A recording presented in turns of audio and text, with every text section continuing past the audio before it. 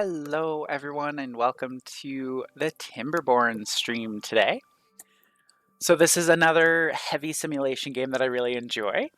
And nice to see you in the chat again there, Deviant Fish. Autonomous intelligent beavers, adding that to my list of nightmares. Wait till you see the robots they build, too. Didn't know this game had automation actually. Making dinner back in a bit for sure. Take your time. We'll do a full walkthrough of the colony a couple of times. Enjoy your dinner. And I am looking forward to hearing what you're having for dinner as well. That's right, Bio. It is after the human apocalypse and rebuilding a beaver society, hopefully better than the humans did. So, for anyone new to the game, new to the stream, we're playing as folktales, so they're a little bit more geared towards living in harmony with nature than the other faction in the game. There we go. And we just started implementing a whole lot of automation the last time we were playing Timberborn on Monday. So coming back in, we're just about to finish up I believe it was a 17-day drought. Lots of water, didn't even have to do any, well actually I have no idea if we had to do dumping or not. We set up that automation to take care of it so that our irrigation, as you can see, we have these green patches, takes care of itself now. We also have our food automated, and we have our water to top off water resources automated as well as these floodgates are now automated. And we'll be adding some more automation down here today, finishing getting the bots built, and those are the main goals for today. And if anyone has any questions, because I know this is a pretty new game to a lot of people, please by all means ask. And we'll show you some little baby beavers playing some patty cake. Yay. And of course the beavers on their little zip lines, wandering around and having all kinds of fun. All right, let's get started.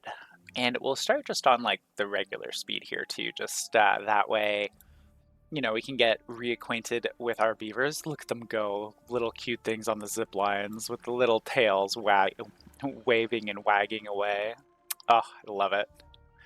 And you'll notice that the devs of this game, they really, really loved it when they were working on it. You can see that in like a whole bunch of different ways. Different colors for the different beavers, like their fur changing colors and whatnot. Like there's a whole bunch of different ones right here. You can see it in like what they wear on their back or on their head to show their different jobs. All the textures are just absolutely immaculate. So yeah, okay, let's get going here a little bit. That's right, we were also upgrading some of our power over here the last time. So let's take a look, see how our little bot assembly is going. It's coming along. And so is our refinery. We're gonna have to add a second smelter soon though, that's for sure.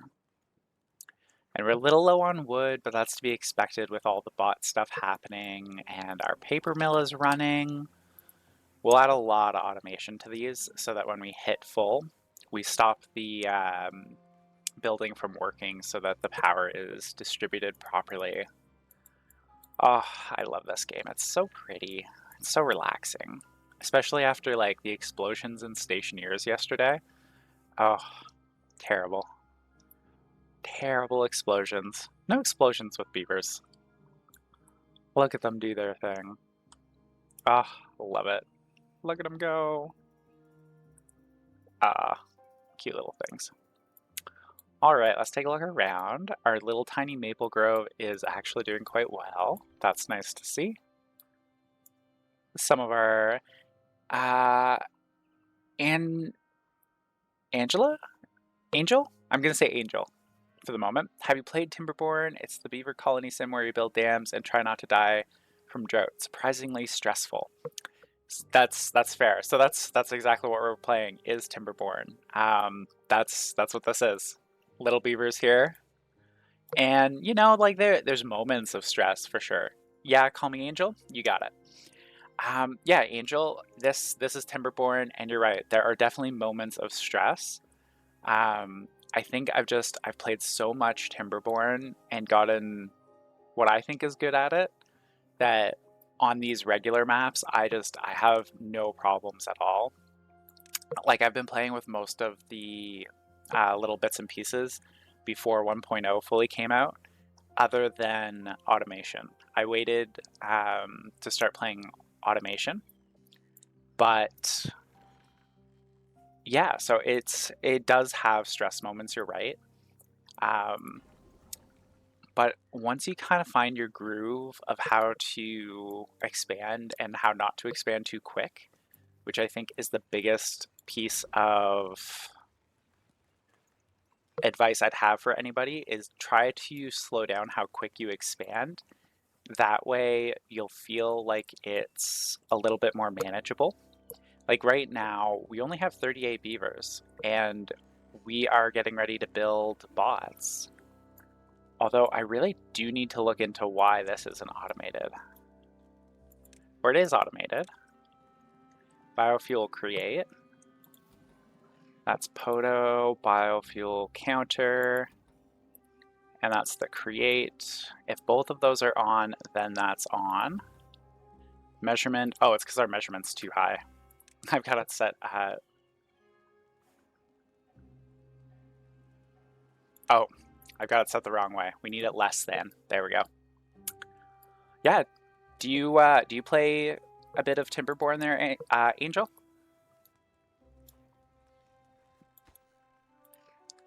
We've just got a lot of open work spots. So just while you're responding to that, and if you just want to lurk, by all means, go ahead. We're gonna track down where we're having all of these extra. So you're basically a beaver architect at this point. Meanwhile, I'm out here praying my dams don't collapse. That's fair. That's fair. I think so, maybe. Like, not to toot my own horn, because I really don't like doing that. But yeah, I've built some really crazy things in Timberborn. So like with your dams collapsing, like what's your issue with it exactly? Like I'd be happy to try and help you out with it.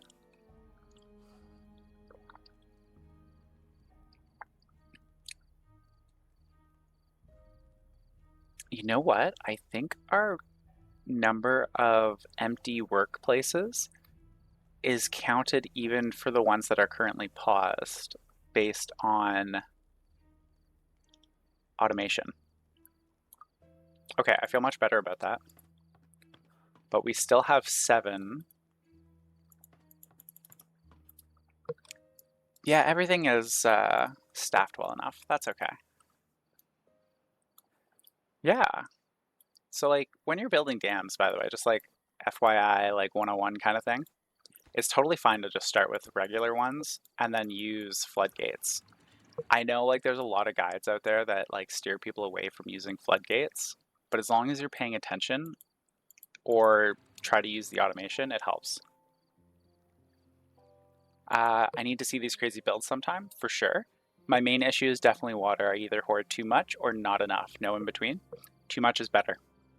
Too much is always better. Like, we started this one with, I want to say just this drought, with just under 2,400, and we're at 911 left with 2.1 days. And to me, Timberborn, there's no such thing as too much water. No such thing as having too much water. Right, so we will advance this a little bit. And we didn't do as well as we did on our 20-day one, but I think that's also because we were playing around a little bit with that automation. And we're gonna hit play, just because I wanna know exactly where we are with different things at the moment.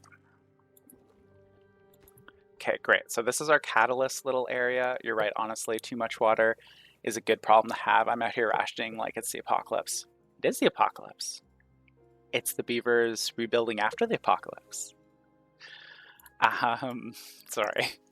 That is just, it's not the wrong thing to do, is rationing water in this game is definitely the right choice. And you'll see as we go here, we're gonna get some really nice big dams. Some really good like channeling and whatnot. You like that, eh? I hope so. And then like over here, we've already got our dynamite going. Because if you look, actually, this is a definite tip that I think is amazing. Is so right here we have a fill valve, right? What that replaced the old levees. It only closes if the target height is above 0.75. I don't have it automated, doesn't need to be. And it fills this little reservoir. I dynamited this reservoir out the last time, and this little hut, it's automated by this little sensor to ensure that this 3x3 stays full. So it's keeping all of this nice and green. 3x3s like this are your gold. My day's going great. Thanks for asking. How's yours going, Angel? Hey, thank you so much for the follow. I really appreciate it. We're 2 away from affiliate. Thank you. That just brought us that much closer. I'm so excited. Thank you. Just chilling? Nice, nice. My day's been going pretty good. I honestly been jumping into a couple streams here and there, working on a tutorial for stationeers, and yeah, it's been a good day so far. Alrighty. That's nice. We are full on that, so we're gonna go ahead, pause this again. Oh, wrong one. I do that every once in a while. There we go. In Timberborn, I will, oh, thank you, Angel. I really appreciate that. Oh, that would be amazing. That would be so exciting. Oh my goodness. Yeah, that would be absolutely fantastic. Thank you. Just before I forget to do this, we're gonna quickly automate the this wood shop here. Let's just grab a resource counter here real quick. Flip it around, and what we're gonna do is percentage, not quantity. And it's gonna be of treated. Oh, I can't search it like that. Treated planks. And if we're less than 25. Great. And rename. Wood treated. We're gonna call it treated. Treated auto. And that will be our one to just automate this over here. Automate treated auto. There we go. I really appreciate that, Angel. Thank you. And then don't forget to, if you're new to the game, resume work on different workshops when you pause them manually so that the automation can take proper effect. There we go.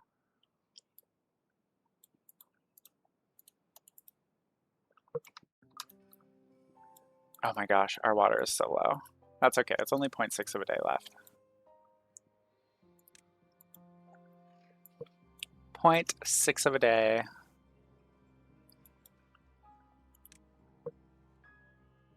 Yeah, so we'll get nice and full on the water again. And the other thing we're gonna do, oh good, we have bots. There's no power to here yet. What's your problem about power? You should be getting power.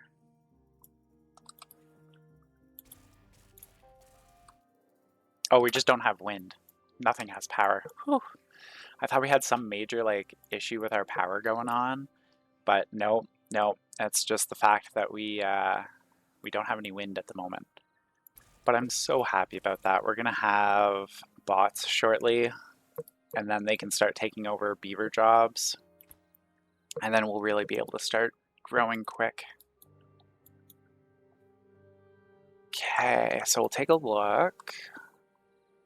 So this is our metal shop at the moment, and we're likely going to add a second one in over here, just so that we can get some metal going a little quicker. Or we might start building up too. Aw, thanks, Angel. I appreciate that so much. And if they don't end up following, it's not a big deal either. I just appreciate you trying. Thank you. Okay, and of course, our lovely, just fresh water going across all of the area to refill and bring life back to the area. And just a quick note what's going on over here for this automation. It is turned back on the large water pumps because we're temperate right away. So we're just draining this pretty much right away, which is fine. This, however, should be paused. So we're going to manually pause these because I have a feeling. Yes. How long have I been streaming? This is my 3rd week, so not very long. I haven't been streaming very long, and this is my 3rd stream on camera at all. So it's all very new to me, but I do enjoy it a lot. Just while we're looking here. Great, okay. So what we need to do is set up a couple relays here. Great question, by the way. So any feedback is always welcome. Oh, you're a freshie. Yeah. Yeah, very, very fresh. We're gonna get this one also built here because we need that built. This relay is measuring water, the temperate and the water. This one is our water measurement amount, and I believe it's for our overall water. Yeah. And if we are less than 90%, this kicks on. Good. Yeah, I'm very, very new. This is our water relay. Sorry, I'm just looking into some automation here while we're having a chat. I need to get some relays built. That's what needs to happen. This is a relay.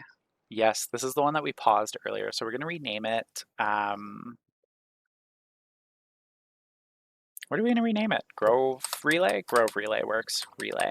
So what we're doing is we don't want these water dumps to be functioning when it's a temperate.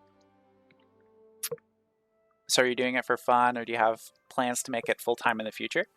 So it's kind of like a, what's the word that I'm looking for? A mix of things. Thank you. I appreciate getting suggestions. Anything to make it better. I think that, if it ever turned into something where I could do it full time, that would be really cool. Is it my primary goal? Not right now.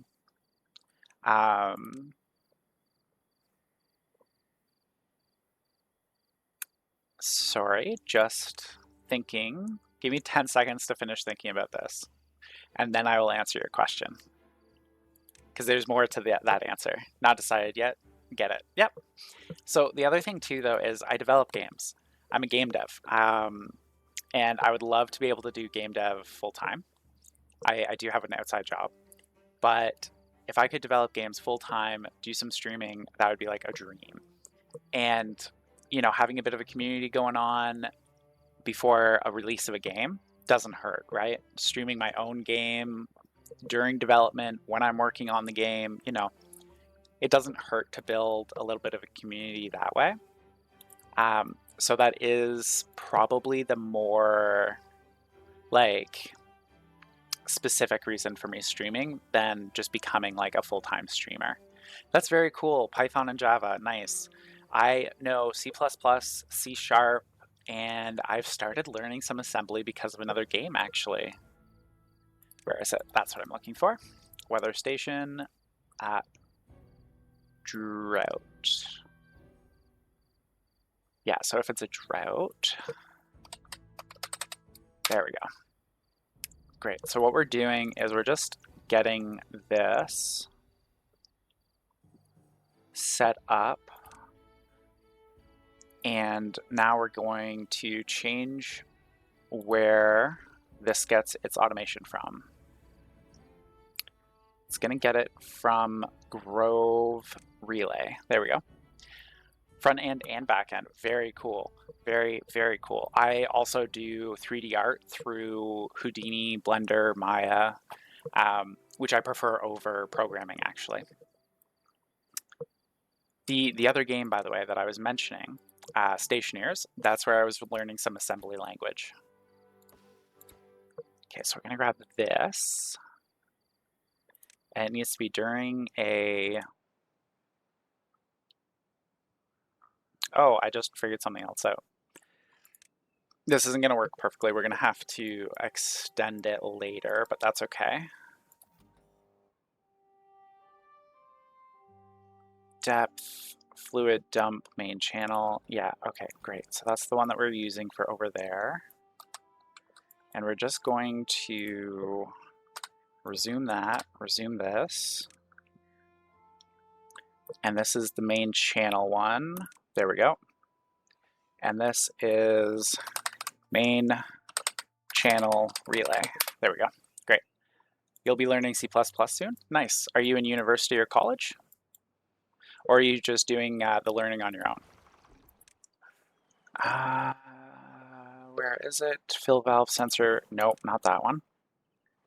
It is main channel relay. There we go. Great. So those are set up properly now. And we'll add in a another branch statement with those for bad tide. Oh, look at that. I think we have some bots going. Do we? Do we? Oh, no, we need to resume all of this. Okay. So we will pause science. Treated planks. You are being worked on. Why? We should have enough. Oh, we don't. No, I'll be doing it on my own. Nice. Nice. It's fun. I've been learning more C++ and like integrating it with the blueprint system of Unreal Engine recently. So that's a lot of fun. Nice. Good idea. YouTube definitely helps.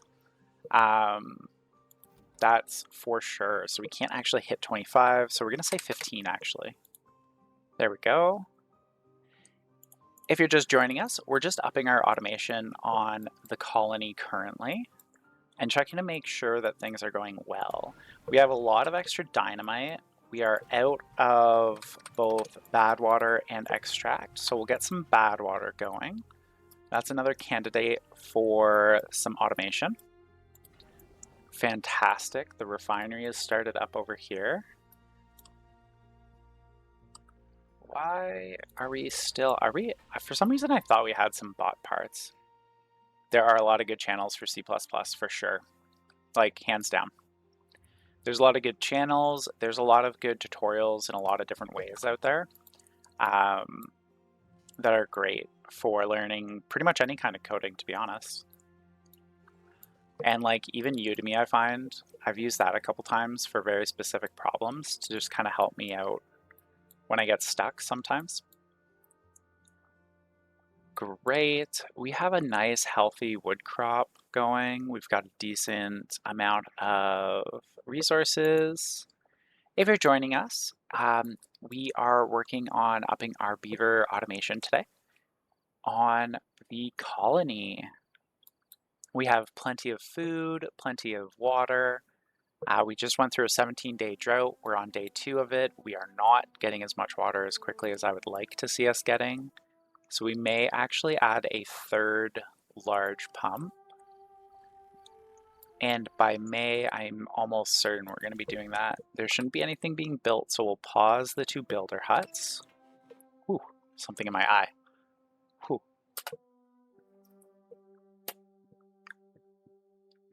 Whew. Sorry, everybody, one moment. There we go. I can show you my stream stuff, which I've made, so you can tell me where I can show you. Yeah, for sure. So I do have a Discord. We have a very small Discord community that we've started building up here. I can grab you the link. It is also on the, there we go. We'll just copy that link. We'll drop it into the chat here. There you go.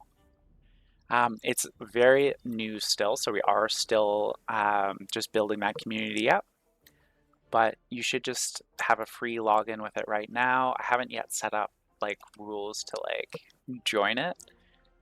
Just trying to get it going still. But yeah, if you stream too, I'll definitely have to drop in and watch at some point. Let's take a look, see what's going on. Good, we have some catalyst. We still don't have bot parts. Is it because we're missing anything? Doesn't, yeah, it's metal. We're so low on metal still. Yeah, that's what it is. Okay. Okay, so we need to do some checking. Our productivity is only 35%. That's because they are having to go and get it themselves because we don't have any haulers. Same issue with that. We're gonna pause our farm. Oh, yes, yeah. Nice heart. Aw. There we go. Wave to say hi to you in the Discord chat there. And if anyone watching hasn't joined the Discord, please feel free to.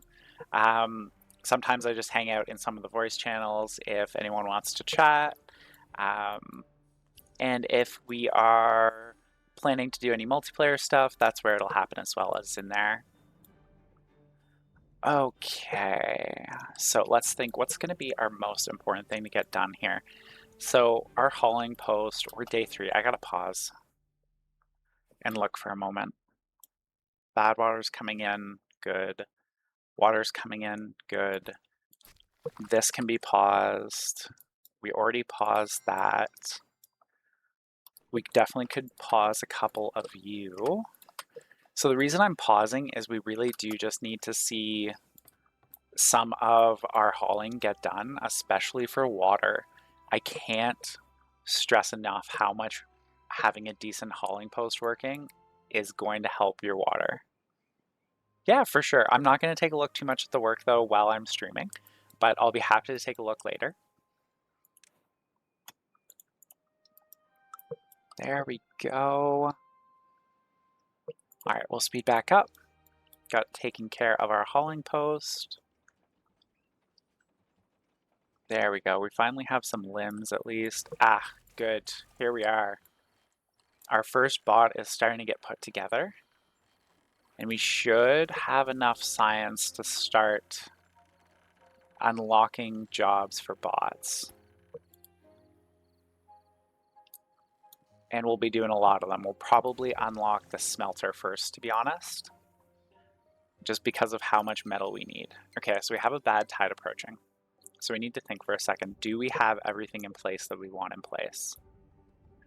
This will help us divert bad water away. This will close manually. This will close manually.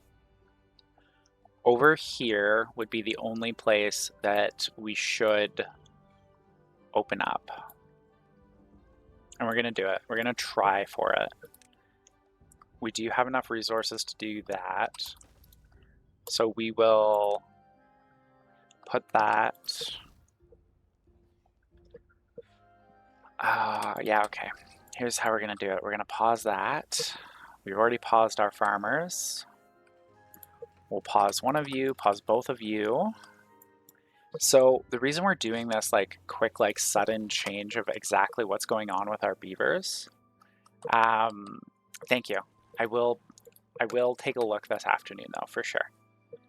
My afternoon anyway, depending where you are in the world, of course. And we're just gonna pause these. This is where automation is really nice because we already have half of our stuff paused. Great, so we have 4 workers that aren't doing anything, meaning we can resume work on that building hut. And the reason we're doing this so quickly is because we want to try and get this taken care of. US, nice. Florida. I'm Canadian, just north of you. Well, very north of you.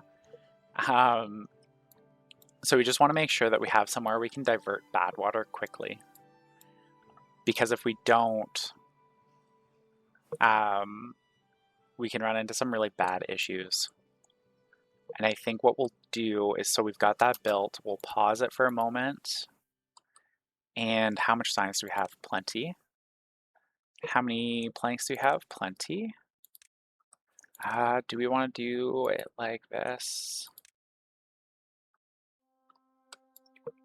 Like we could.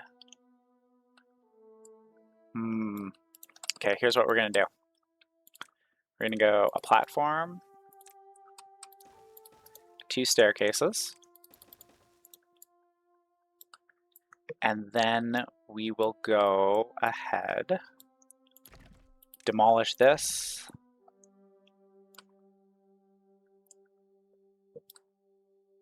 Yeah, we'll demolish that.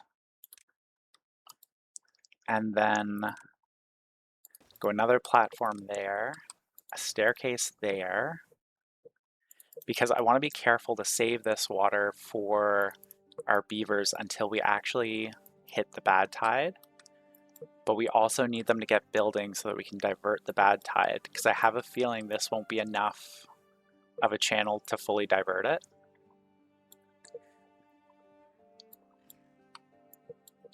Yeah, we'll see, we'll see. Okay, but that's fine.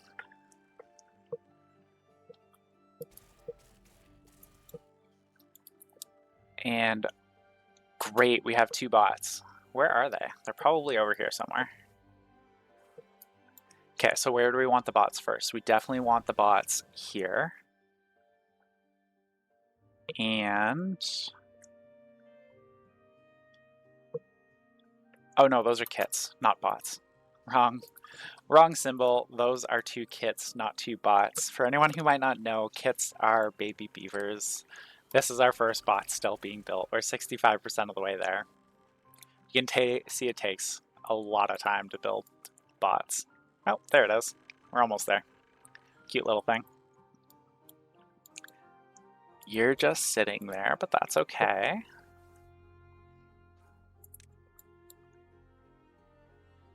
Fantastic. Build, beavers, build. Oh, so cute. Oh, I should relax my shoulders.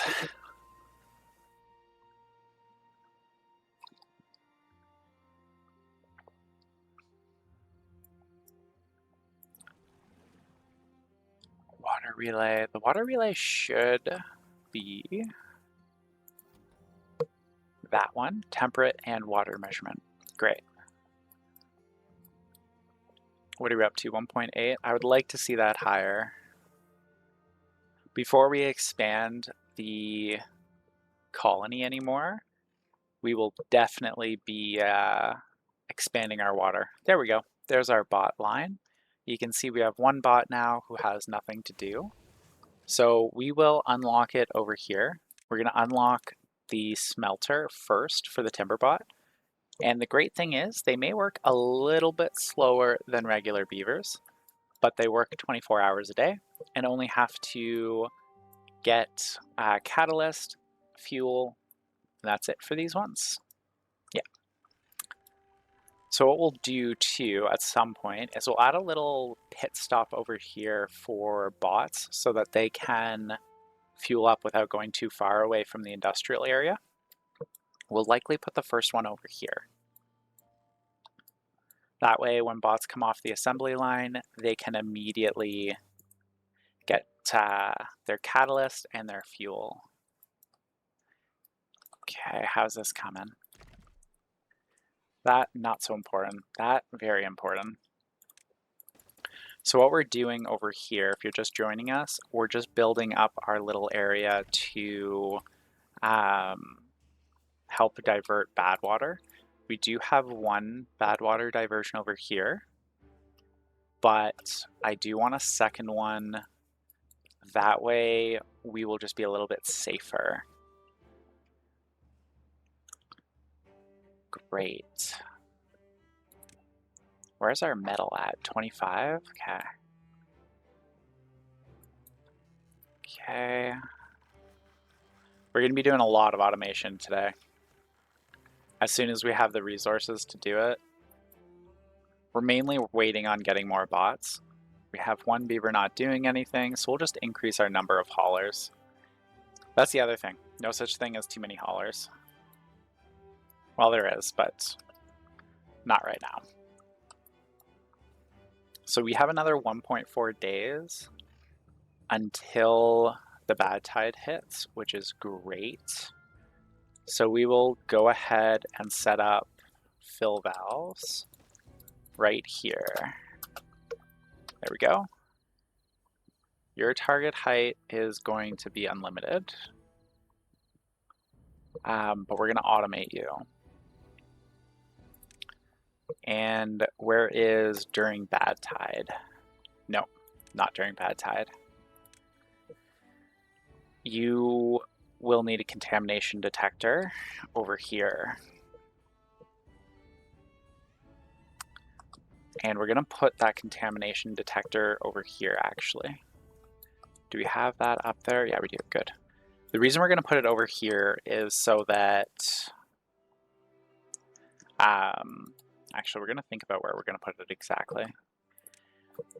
The reason why we're going to put it over here, though, for the contamination detector is so that we start diverting water before this can get contaminated.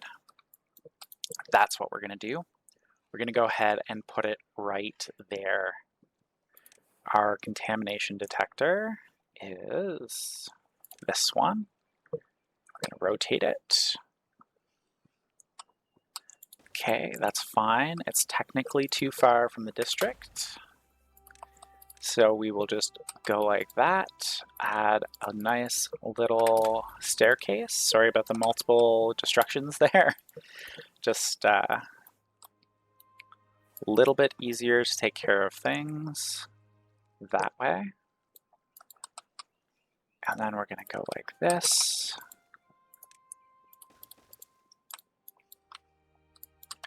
Perfect. Then this will get demolished. That has high priority. These need to be closed for now. We'll just take care of those manually for the time being until the automation's fully in there. Oh, look at the beavers go on their little zip lines. Cute little things. So fantastic. So Angel, is it nice and warm down in Florida right now, or how is it? Because it's been incredibly cold the last little bit up here in Canada. We had like a week of nice weather, and then we went the exact opposite way. There we go.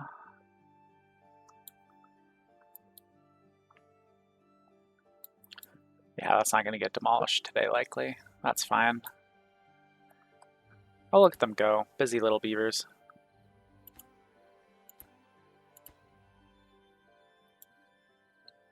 Gears, yeah, that's not a surprise. We're having a massive issue with gears and planks.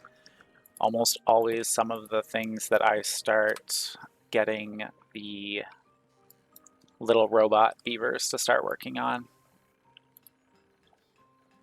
And we have all our gear shops also paused, so we'll resume work on them. And we will do a quick pause to those. Great. So we're just pausing the bot shops because, well, we don't have everything we need for more building of bot parts anyway. So they might as well go earlier in the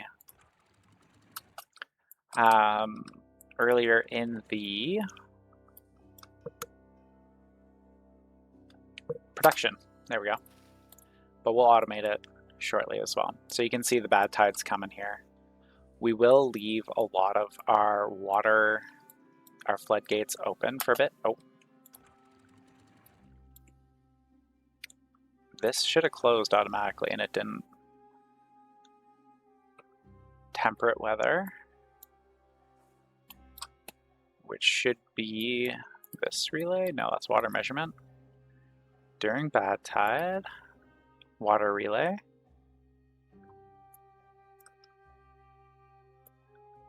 So that should be temperate weather and water measurement. And you go to temp weather. So when you're off, your target height should be 0.5. Oh, it's because we're getting the flow back. So we're going to have a little bit of a flood. It's just flow back. That's all. No.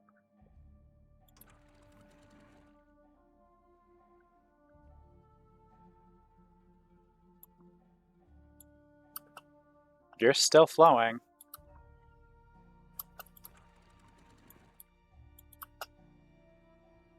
Why are you all still flowing?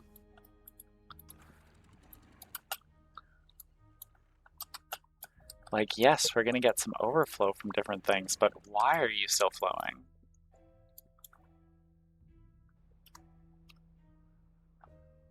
Okay, we're gonna have to play with that in a minute. It was working with the drought, but something's going on with the bad tide with it.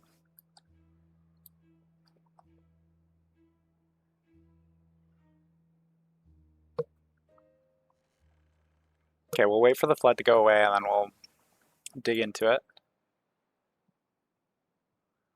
Great. Well, it's terrible. It's just the bad tide is terrible, but it's great as in like things are doing what they're supposed to be doing right now. And we will close that floodgate off. And these won't open until it detects enough contamination.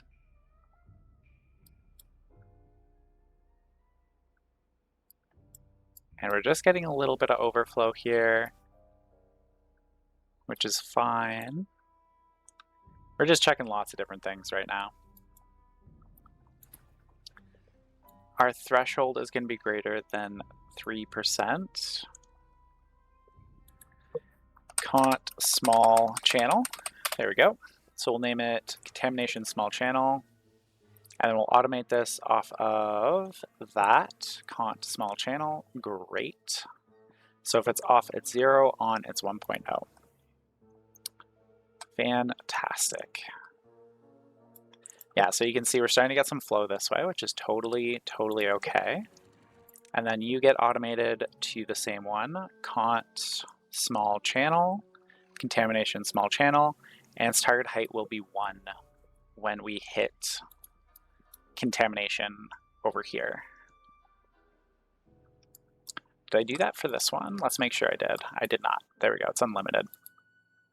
There, so you can see now that this sensor caught the contamination, it's sending it this way, the water.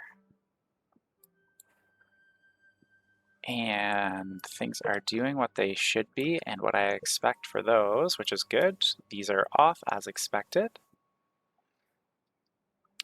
This is an 11-day bad tide. Bad tides I find are worse than droughts, especially as they get longer, and not because of the amount of time of them. The problem is dealing with the bad water afterwards.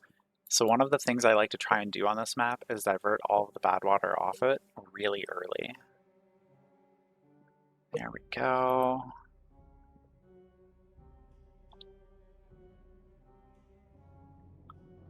Okay.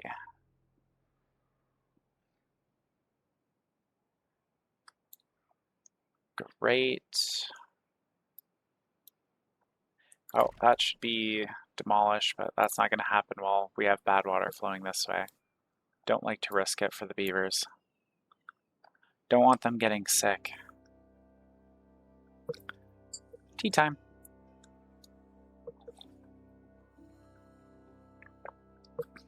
Great. So we have 7 beavers with nothing to do right now. And that is because they came from the water industry over here. And they just don't have anything to do because of it. You are temperate weather. You are also temperate weather, but can be set up that way. Great, that's full. So we're gonna go ahead and press play there. Yeah, lots to set up for automation still, but it's coming along.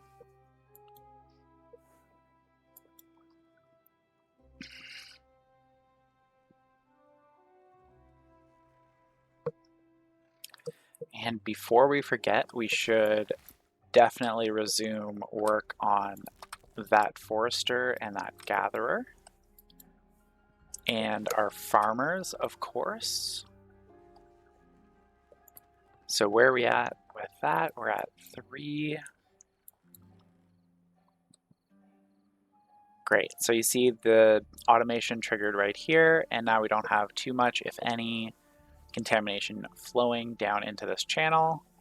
It's all flowing this way and that way. You can see this blockage is only about half the height of the full blockage here. That's why we get this channel like that. That's too bad. I had wanted to try and get all the bad water to go this way this time. But much better than last time. We will not be losing any of our trees over here, I don't think. We have a nice big reservoir going on. And now we're gonna look into what's going on here. So you're off currently. So that means I should be able to put you up to anything and it should be fine. It is. Great. So we'll set you to unlimited if it's temperate weather. And then you should also be the same. No, you should not. Your target height should be unlimited. Yours should be 0.5. The reason why we're doing that as 2 different ones is because the top one, we do want it as temperate weather so that it's always open during nice weather. The bottom ones, we only want it to open when it's bad weather, and this has gone below 0.5. Let's double check this. This threshold is 0.2. So this threshold should be 0.5 for wherever it's reading from. And that should be fill valve sensor main channel. Fill. Where is it? There it is, main channel.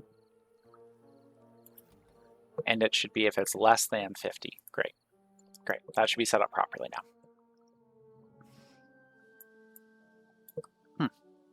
That was strange.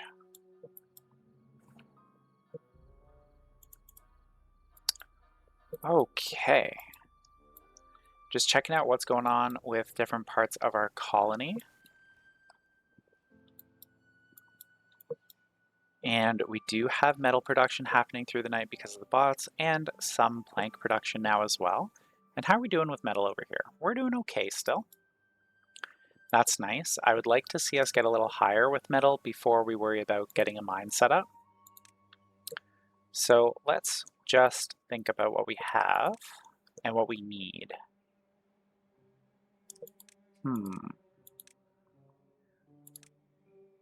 Just thinking about the different things that we've got, where we want to go. Do we want to expand like our power generation? Do we want to think about starting to get over to a mine? But I think really the main thing we want to get done is more bots first. And while that's happening, I think we can definitely handle doing a little bit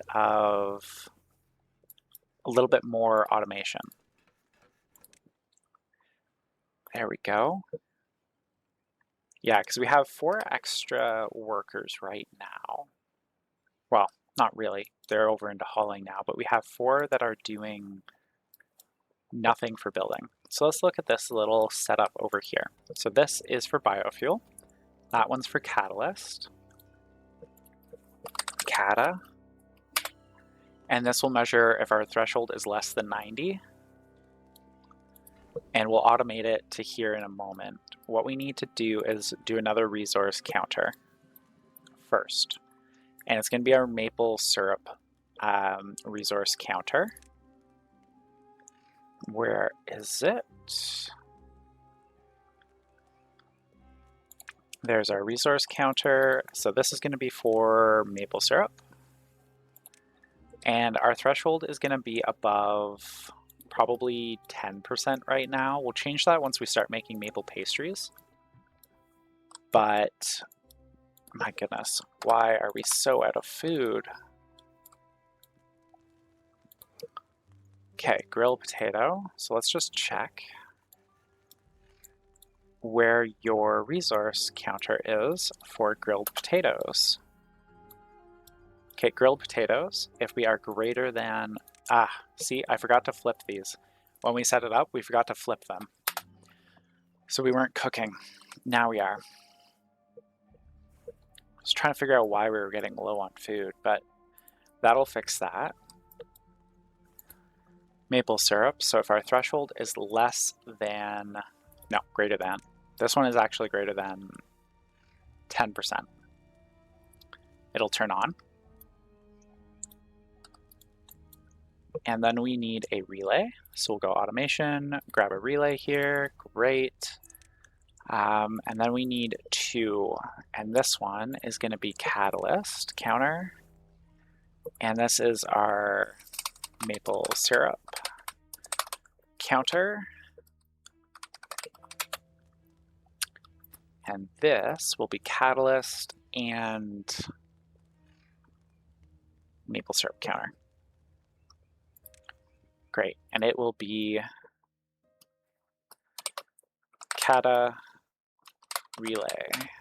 There we go. That means we automate it through cata relay. Whoopsies.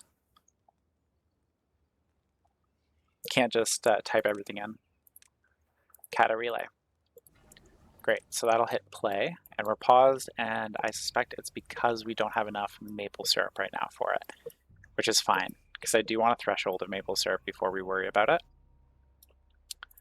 We'll resume that tapper's shack, because we want more maple syrup, of course. How are we doing with pine resin? Plenty of pine resin. Yeah, so there you're gonna see, especially in this particular stream, less and less manual switching of jobs and more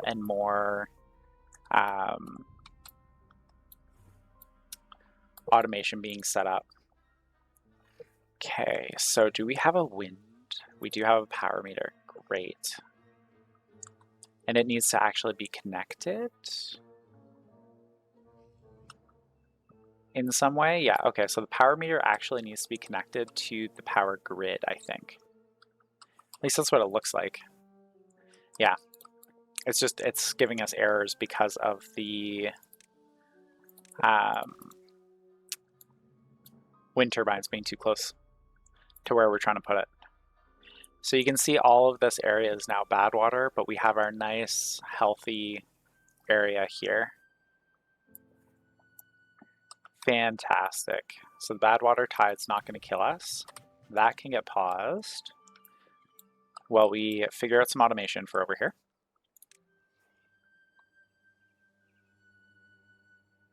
Power. You're going to go right there. And we'll go power like this. Power for boom. Power boom. That works, because it's all for making dynamite and extract. So measurement for power needs to have a supply greater than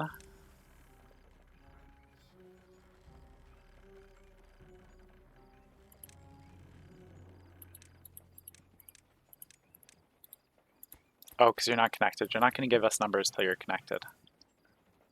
That's fine. So this is just a supply measurement. That's fine. Okay. You're going to notice when I start talking about logic, I talk a lot of it out loud and do the same thing in stationaries. Okay, so we have that. We need a resource counter times 2.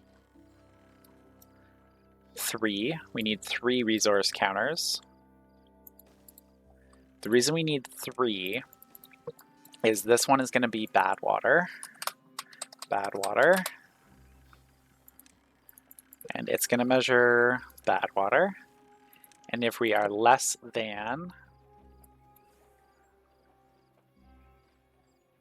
let's say 50% for now is fine. It'll be on. This one will measure our dynamite. No, our extract.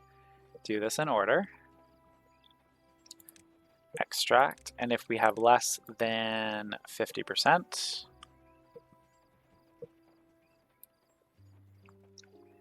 there we go. And then this one is going to be for dynamite. Our boom. Explosives. They call it explosives. I call it dynamite. And if we're less than 50 again. Great. And then the other thing we need to do is grab a couple relays. Hey, you're back, fish. How was dinner?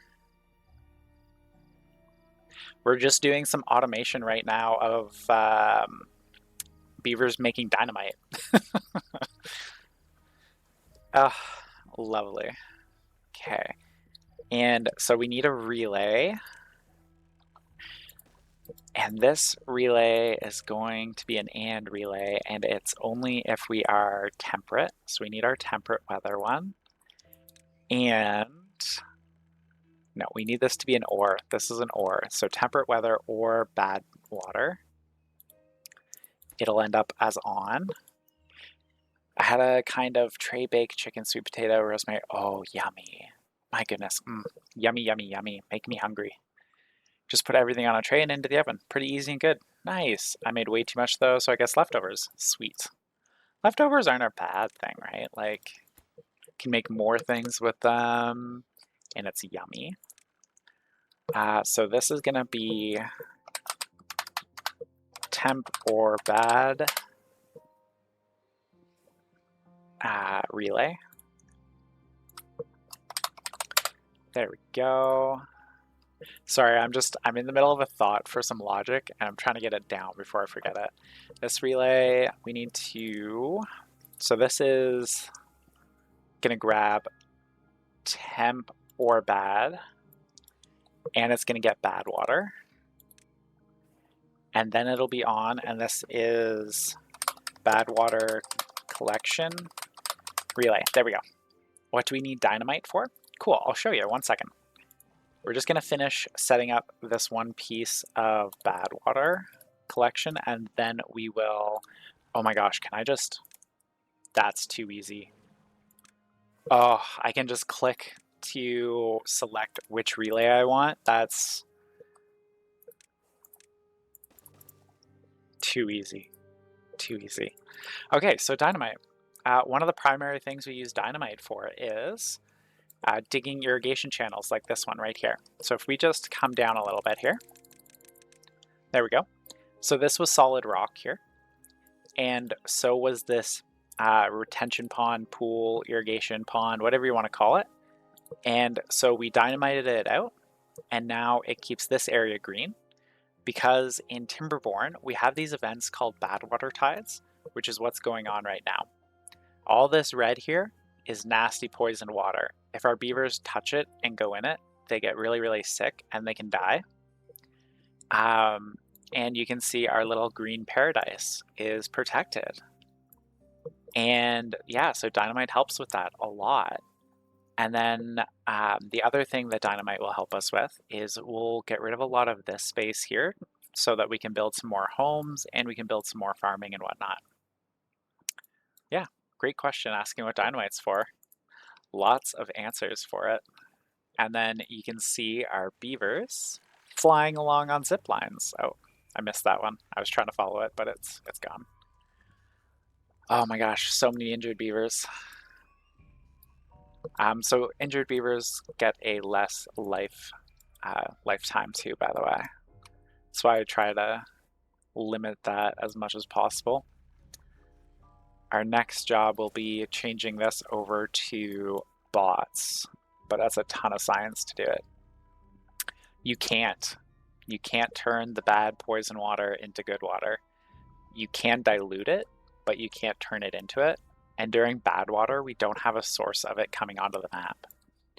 Normally, this water source right here will be flowing blue water, but because it's a bad water tide, we get nasty water out of it instead. And same with this source over here. And then this map has one other source right here, also changes to bad water.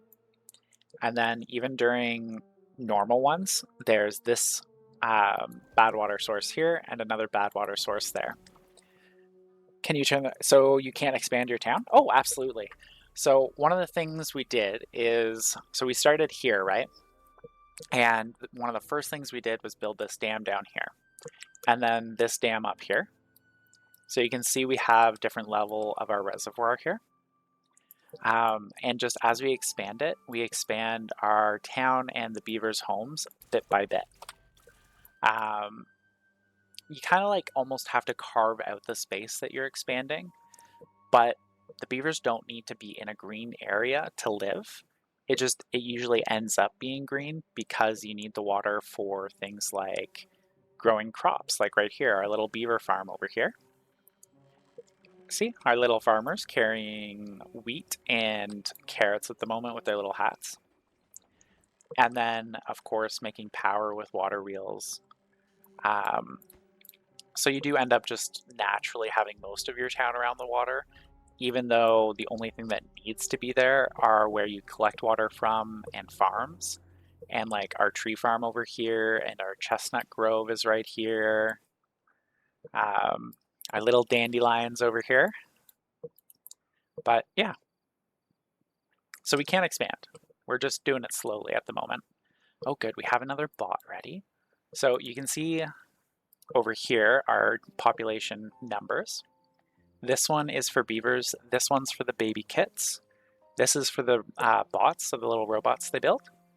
This line is only about robots. This line is about, does everyone have a home? And this one is jobs. How many jobs are there working? How many beavers, how many workspaces are available? And how many beavers don't have a job? And same thing for the bots down here. And you can see a couple workplaces still working while everything else is dark. Those are the ones where the bots are already working. So we will expand the bots into the gear workshop.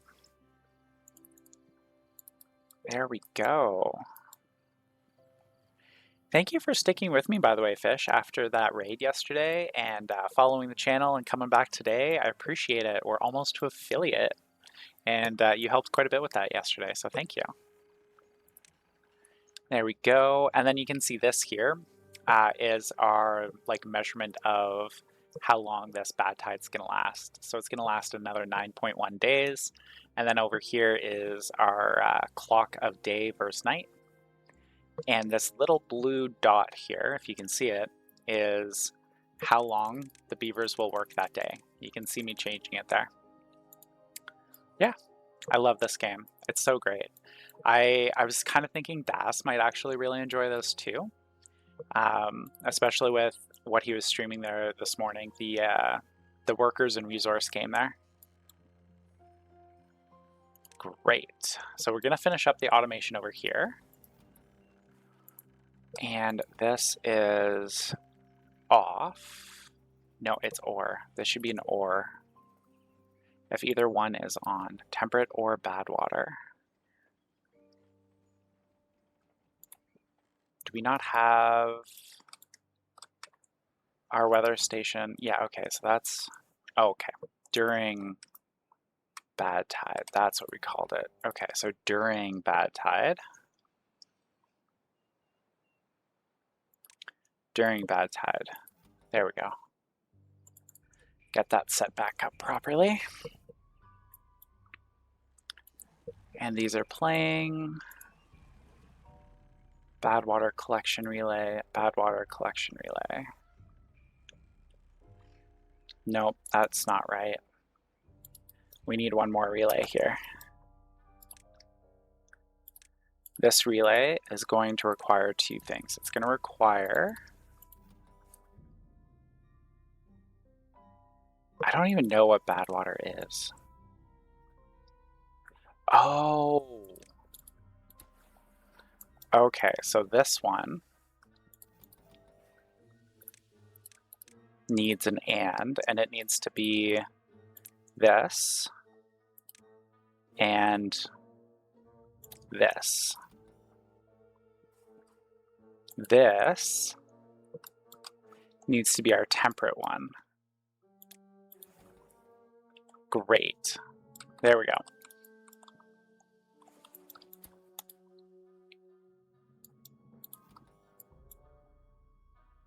Okay, and this can be called bad water collection. This can be called temp or bad tide. And this can be connected to that. And so can you. There we go. And those should be paused because of the amount of bad water we have now. Fantastic. Okay. So that's done. We're going to expand our logic for here now. And this relay is going to say that the centrifuge only runs if there's enough power. And we're going to say it needs at least how much power does it need for the centrifuge to run? It needs 200 horse. So it needs to be at 200 horse or greater.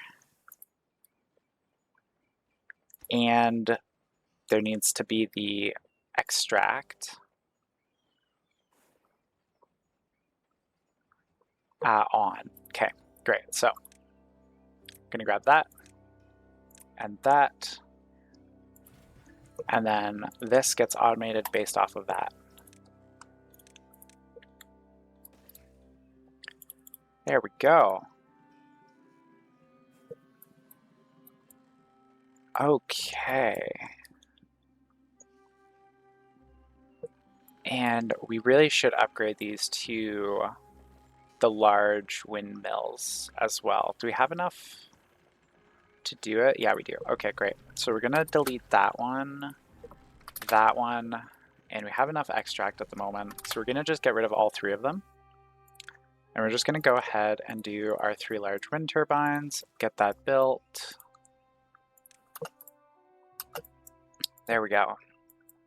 8.6 days left in our bad tide, and we're doing great.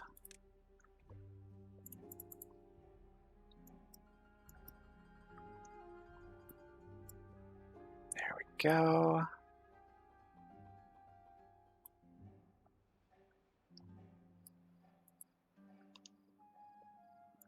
There we go. Okay. Things are going well with our beavers. And then, of course, like at nighttime, when they're taking care of their needs, we'll see them like gather around. Like this one doesn't have a job to do, so they go and take care of their needs. They're super cute. Oh my gosh, okay, we're full on our wood. That is great. So happy about that. So we will resume that. We're gonna resume our bots getting built because we have a nice little buffer again. Please tell me that's still going. It is. This is our science facility, and we need a whole lot more science so that we can get going with automating more things with bots. So that'll be one of the main things we get done. Let's see, how are we doing with water? We're good. How are we doing with jobs? We're okay. And good. That could get paused because I don't know. We're gonna look a little more into automation here. Science counter, no, not useful right now. Indicators, firework launchers, detonators, timers, etc. Chronometer, flow sensor. Yeah, so it doesn't look like we have an automatic like sensor to check if there's trees in the area that can be collected. So that's still a little bit manual, but that's fine. We could also just set up a timer for it. Yeah, we could set up like a 10-day timer. Two 10-day timers. Let's do that. No, I want to hold on to my science. Back and forth, back and forth. What are we going to do? There we go. So we'll just speed that up. Wait for these to get built. Shouldn't be too long. Gears and planks, we should have plenty. We do. Good. Great. Good, and we're getting a whole bunch of bob parts just sitting in there in storage now. You can see them just right here. We have it automated so they turn off and on the workplaces as well. And this is going to get played. You can see our beavers are getting injured, and it's mainly because of these 4 buildings. So I want to get them automated as soon as we can. They're very expensive to get automated though. Not automated, sorry, wrong word.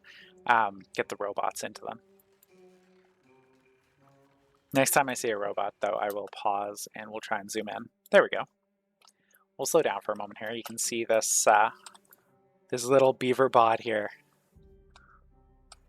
Glowing blue eyes. Running around, getting stuff. Look at him go. Good little robot.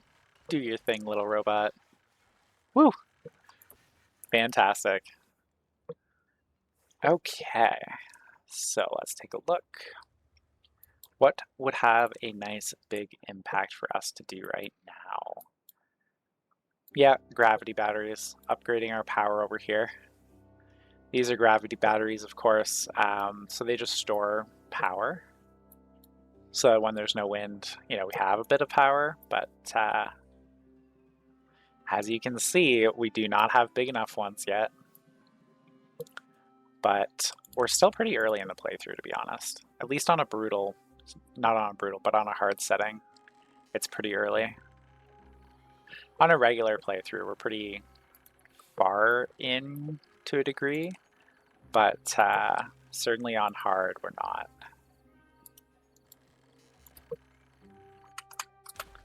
We're just gonna figure out the best setup for these large wind turbines.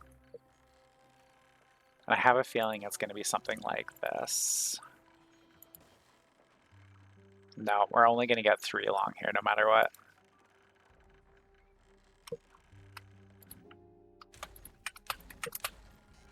Okay. So we'll go like that. Yeah, it's just better to get just those 2 right now. No problem, you'll reach affiliate in no time, I'm sure. Ah, oh, thank you so much. We're getting there. We're definitely getting there. What do you think of Timberborn so far there, Fish? Okay.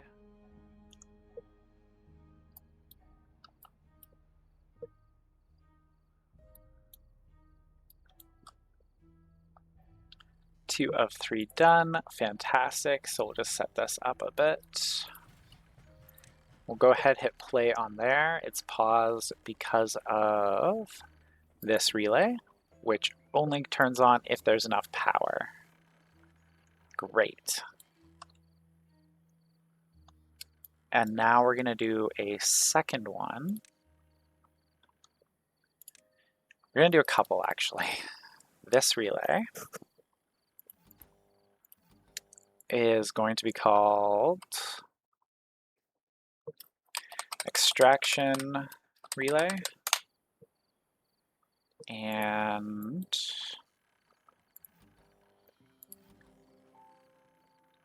resource counter 2. So this is extract. There we go.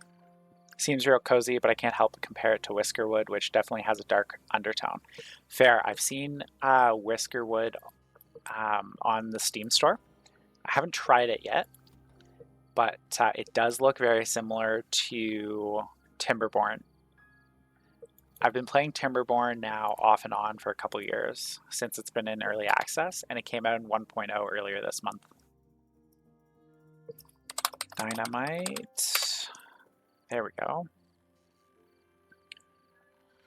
So this is going to be an or. It's going to be an and, so we need an and first. So it's going to be checking our dynamite. Did I call two of them dynamite? And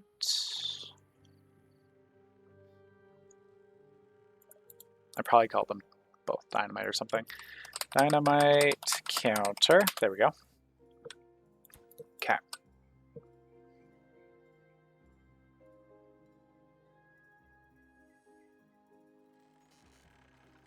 And probably this one.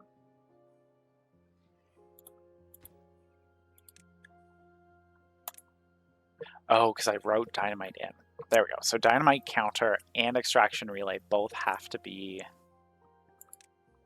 No, that doesn't make sense.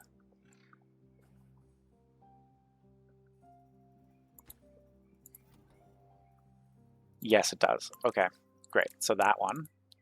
So that relay turns on only if this one is on and our dynamite counter is on. Or, and then we're going to need this one that will grab dynamite. And we're going to need another power counter. Where is our power one? There it is. Oh, good.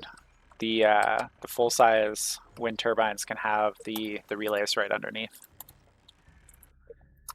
Power 2, and this will be if the supply is above 400.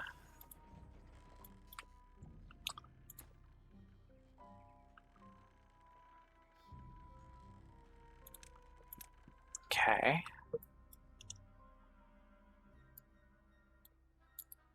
So that'll measure our power is above 400 and the dynamite is under where it needs to be. This one measures dynamite counter and if we're making extract.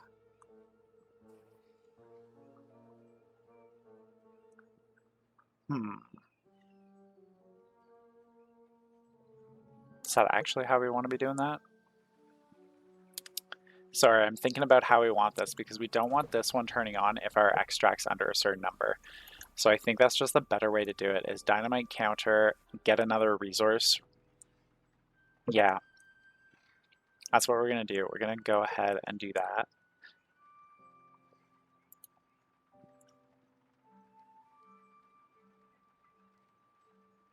Sorry, I'm just thinking about how I actually want to set this up. So we need this one to be true, which is our dynamite counter and power 2.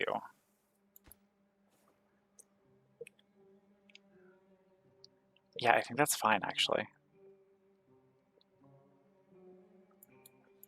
I think that one's enough. So we're just going to demolish this one. Well, we're not going to demolish it. We're just going to name it blank for now. And this one is going to be dynamite. Dynamite. There we go. Great. A lot of talking through logic right now as we're really getting the automation fully set up here.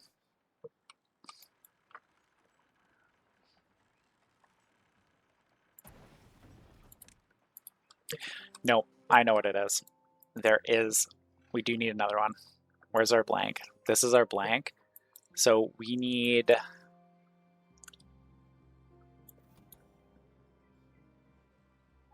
this, which is our extract measuring a threshold of 50%. So this is going to measure that. And if it's on, then this one would be on. Okay.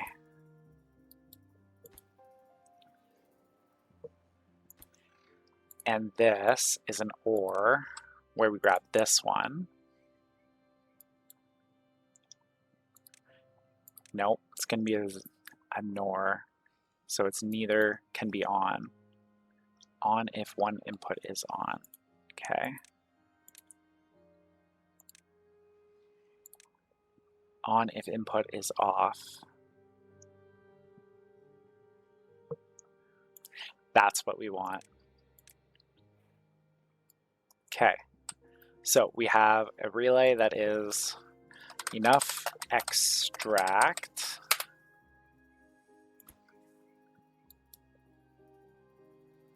dynamite counter and power 2. This is on if there's enough extract.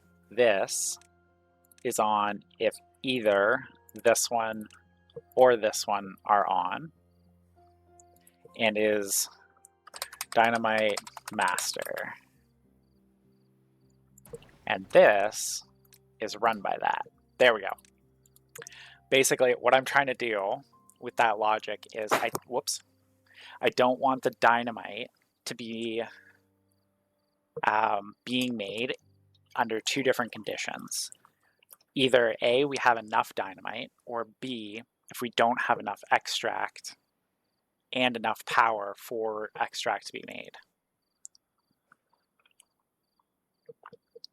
Basically, we need this so we can make this.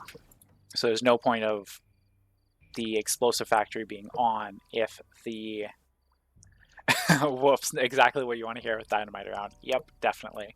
My you can't quite see it, but like right under here is where my arms on my chair are, and one of them, when I leaned back, made my desk like do a wiggle waggle thing. But we're good now. There we go. And we have another bot now. Fantastic. Okay. So that is automated. We have another bot coming out, and it needs to go and work in the gear shop. And we have 8 beavers with no jobs. With, sorry, there are 8 spots for beavers to work. There we go. Okay.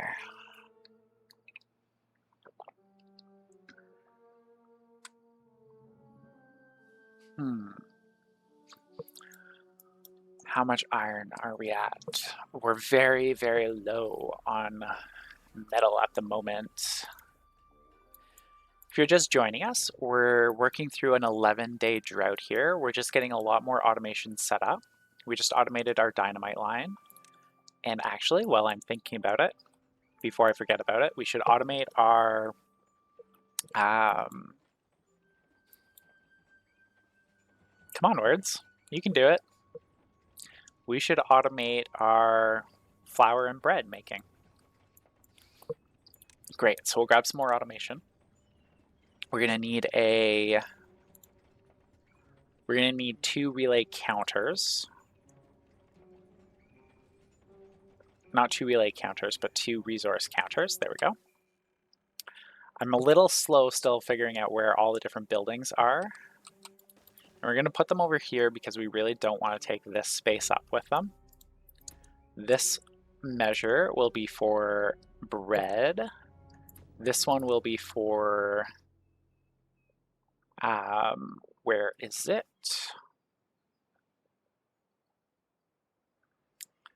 Wheat flour. And we're actually going to get another one for wheat. There we go. And our measurement needs to be less than for, no, does need to be greater than. Greater than for wheat, we need a threshold of greater than, we're going to say 15%. Then we're going to say wheat flour also needs to be a threshold of greater than 15%, and our bread is going to be a less than threshold of 90%. There we go. So we're going to measure all of those resources, and basically we're going to grab some relays. Automation, relays. Don't think we need that many. But we're going to do an OR gate where if we have, I need to do this correctly, bread 90. This is gonna be wheat 15. Nope, this is gonna be wheat flour 15. Flour 15, and this will be wheat 15. There we go. So if either the bread, where's bread? Bread 90, or, okay, if it's bread 90 and, we're gonna do the and one first, and wheat 15, wheat flour 15. If either of those are, this is bread less 90, or what did I just say? Wheat flour 15.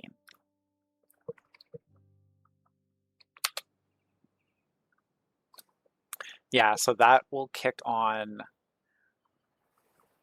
either way. And we'll grab a relay. I'm almost certain I'm doing this wrong at the moment, but that's okay. We will fiddle through it and make it work.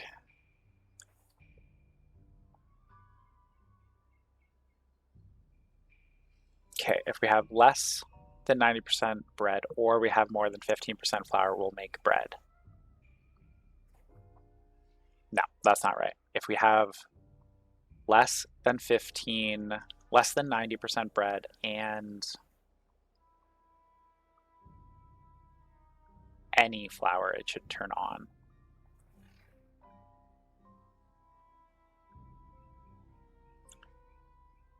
So that light will turn on if the bread is on, yes. Okay. And then we want to check for,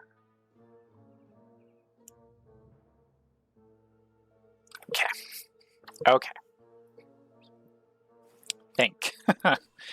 So we're gonna take our bakery is gonna be automated off of this. Fantastic. This is saying that if we have less than 90% bread, it'll turn on, or if we have more than 15% flour, that's great. But we want to say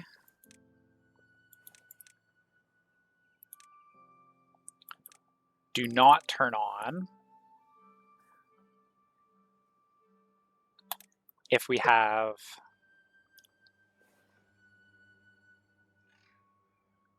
okay, just think. I gotta write this down. 1 second. Sorry, everybody. I gotta, like... I do, yeah. I had been streaming a lot of Astronauts, so I kind of needed to take a little bit of a break, and I switched to Stationeers for a bit, but I'm thinking I'll probably do Astronauts for 3 hours on Friday, and then I will do some more Stationeers on Friday as well. I do enjoy Astronauts a lot, and there is a new update that's coming soon, Fire in the Hold, where they're adding weapons to ships, which will be a lot of fun. And like, I love the developer. It's this really small company, and they are on their second game, and it's so cool, the company, and they're super passionate. Passionate's the best way to describe what they're doing. Okay, so if we have bread at 90, wheat at 15, and we have less than 90% bread, it's on. Great. And then we're gonna do it's on if we're over that 15%. Okay. So if either are on, it needs to be on. That's what this one is saying.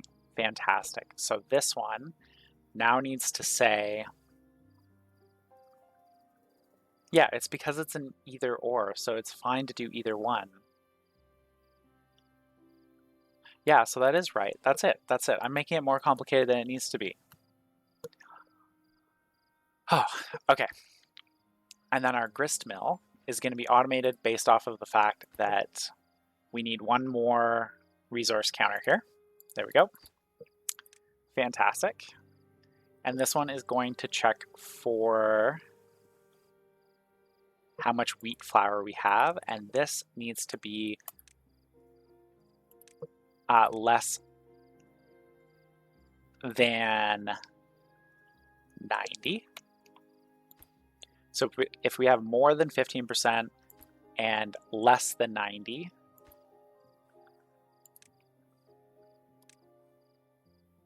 and less than 90, it's on, which is what we want this grist mill to do. If, there we go. So we need this one on, and we need this one on, and then this is what that one's automated off of. There we go. Yeah, quick sketch, and I've got it working. Astronauts. Have you played Astronauts before there, Fish? If you're just joining us, by the way, we are working on a lot of automation upgrades for our beaver colony, especially during this bad tide. It's going really well. And yeah, we're doing great. Our channel is automatically filling back up to the 50%. We have nice diversion happening automatically now. Our dynamite's fully automated over here. Even our bots are starting to come out quite a bit, and our bot factories are starting to be automated. It's all starting to come together really well and setting us up to do quite a bit. And we're just chatting about a couple of other games that I also stream, like Astronauts and Stationeers. If there's one common thread across all the games that I play, it's the depth of simulation and the ones that I stream. Okay. Great. Our little irrigation pond that's automated is doing really well.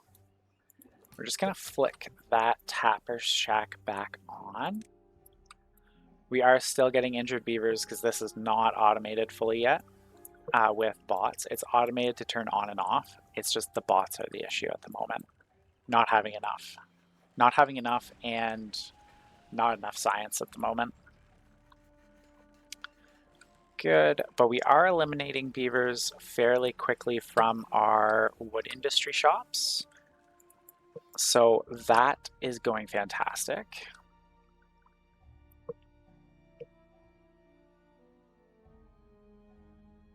Great. We're gonna leave that actually because we do have some automation here that needs to get built still. Great. So many planks. Having robots helps with that so much. We really should do even more for our power over here. Mainly try and get our gravity batteries to be higher up. Higher they are, of course, the more power they can store. My goodness, we have 7 injured beavers? That is too many. And we do not have enough little places for them to heal up here. There's 4, 5, 6, and now we have 7, and we'll just do an 8th just to be, you know, a little extra careful with it. We have a great source of food at the moment, which is also automated for us. And biofuel is also automated, same with catalyst. I think if I had one negative thing to say about Astronauts, it's that you can't automate a lot of things. It's a really deep simulation, but you can't automate most things in it. But it's fun for other reasons. Look at our reservoir doing so well. And our irrigation's doing well. Yeah, we could use some more flour, to be honest. Just because we don't have a good store of it sitting there, and I do like to have a good backup of it. But I think half our problem right now is just the number of injured beavers, to be honest. Okay, with that in mind, we're gonna go ahead, pause those bot factories, just because we keep getting higher and higher numbers of beavers injured. Oh my goodness. Okay. Not beaver apocalypse, but beaver's getting hurt. So much. Okay, let's see. What else do we have going on that has high beaver injury rate? I don't think there's anything else. Especially because we've been replacing beavers with the bots. How much is it? 2,500. This is, I think it's like 5. Yeah. I think they're mainly getting injured here. This should already be a robot. It is. Medium chance. You can see when you click on a building, like what the chance of injury is. Like there isn't a chance of injury at the bakery, for example, but then you look at the refinery, there's a medium chance. I think the issue might just be that we had a cascade of beavers get injured, and now no buildings happening. So I just switched over our district to use robot builders.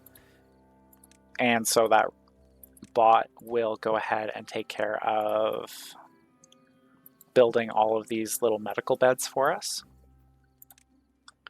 And we're 1.2 days for more clean water coming back. Yay!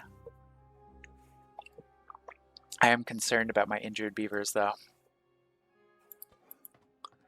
That's fine. We don't need bot fuel desperately right now. Could even change this threshold probably down to like 70% right now, just so that it's paused. Great, more robots are being built constantly. And you can see like our little beavers here, they're just hanging out, trying to heal up. I do love that when they get injured, you see like different parts of them bandaged. It's sweet. And we have them so close right here so that they can access food really easily. So they can heal more quickly and spend less time out of their bed and can properly heal. Great, automation is being built over here. Yeah, see that one builder just got so much done. Oh, we got 2 of them now there, that's why. Or at least part of it anyway. It's this. I forgot about this being high chance for injury too. Who'd have thought handling poison is a dangerous job? My goodness. I think we will expand our zip line though, real quick. Make their lives just a little bit easier because they're doing that dangerous job, right? Why not? How much metal do we have? Quite a bit. Fantastic. So we will go ahead and go like that for the zip line right there.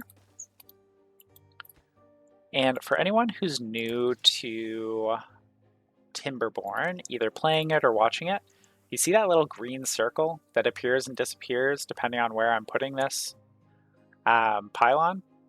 It tells you the maximum distance and if you can connect them. There, can connect it. There, can't. Very useful. Especially when you're first learning like the distances for things. Very, very useful. If you're just joining us, we are just finishing off an 11-day bad tide, and you can see the good water is starting to replace all of our bad tide water, which is fantastic. And we're going to start pumping some of our reservoir here just for our pumps, not pumps, but for our usage. And there we go.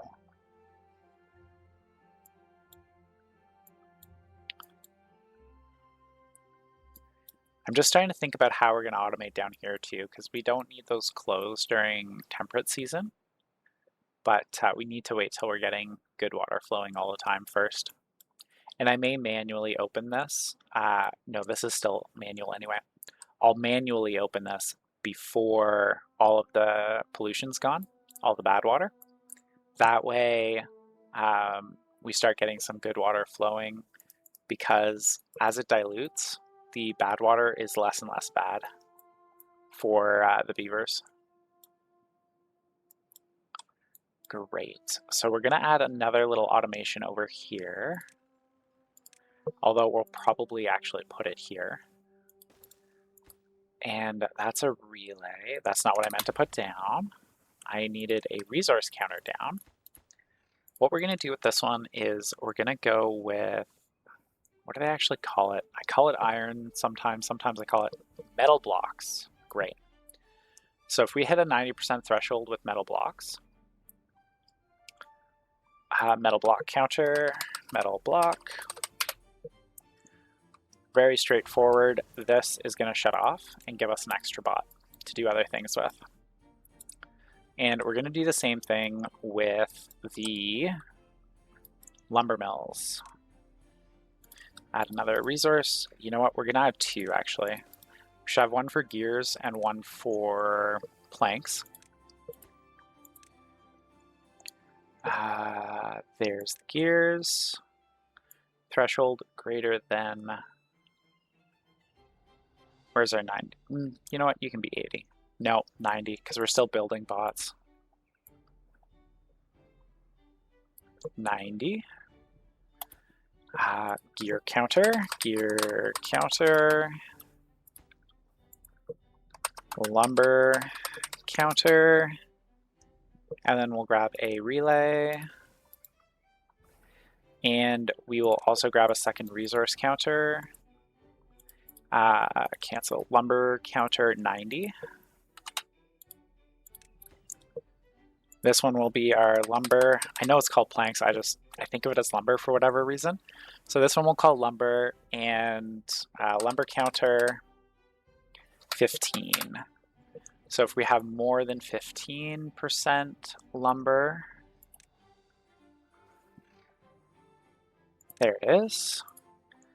And then we need a relay. We should start doing this. It's gonna need to be both this one and, oh, we already built a relay to do this. And so it's gonna be the gears and it's gonna be the lumber counter. And this one is to turn gears on. Fantastic. So both of those need to be on for that to be on. And you, okay, we can't do it that way. We're going to automate you to that one. And then if I go copy and paste, and paste and paste, resume and resume, oops, resume. Resume, there we go. If it's a blue, it means it's stopped by automation. If it's a yellow one, it means I've manually paused it. And it looks like there's something over here. That is if it's less than 28%. This is if it's less than 90%. This is if it's greater than 15%. Good. Here we go. You can see our little bots building things. Great. We have two that are doing nothing right now. So this can get automated by that one. And then we're going to go ahead, copy it. What just happened? There we go. Sometimes weird things happen when you try to do something in the middle of an autosave. There we go. Those were the words I was looking for. Great, so all of our industry is now automated. Our gears are not running, but I'm assuming it's because this isn't built.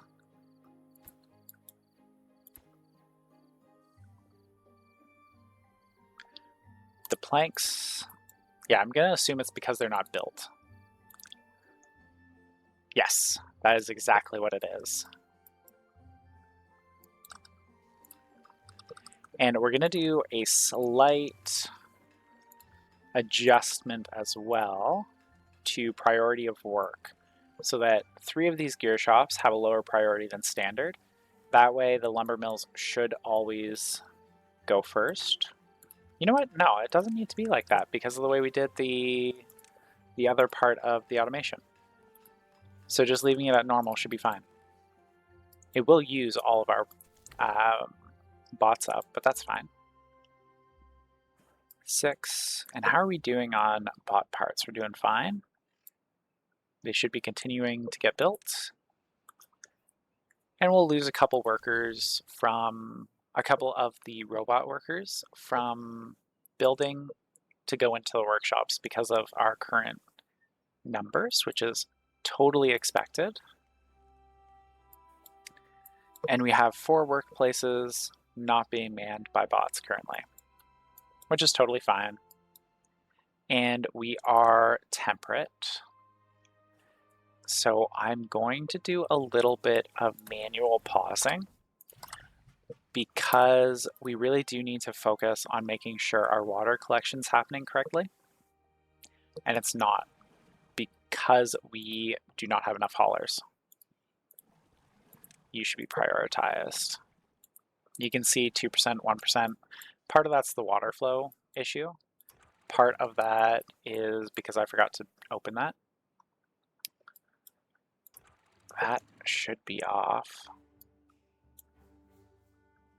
Oh, it's because you're still getting contamination from over there.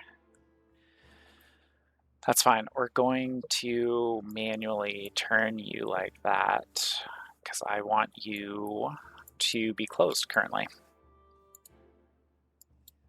You will make more water flow this way, but I'm just trying to get this kind of cleaned out. It's just too high to let it go this way yet. This can be opened. That was done manually. This can be opened. And these should flow correctly now. That can be opened. Great. And I shouldn't have to do that manually again. Fantastic.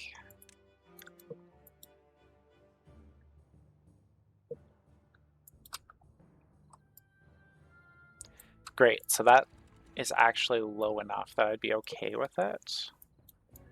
What percentage did I put you at? 3? 5? Oh, you're actually still too high. Anything above 5% contamination can be really unhealthy for your beavers, and it can kill a lot of different things as well.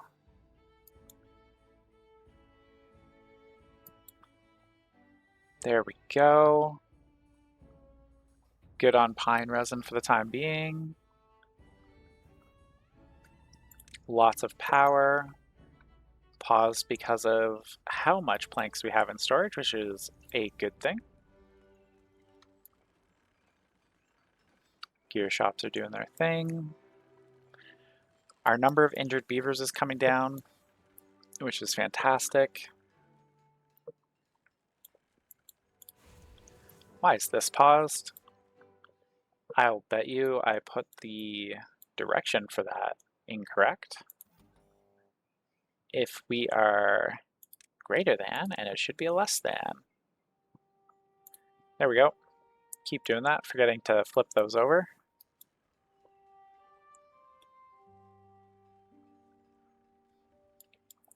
Plenty of planks. Good, still metal there. Great, so we'll just speed back up again.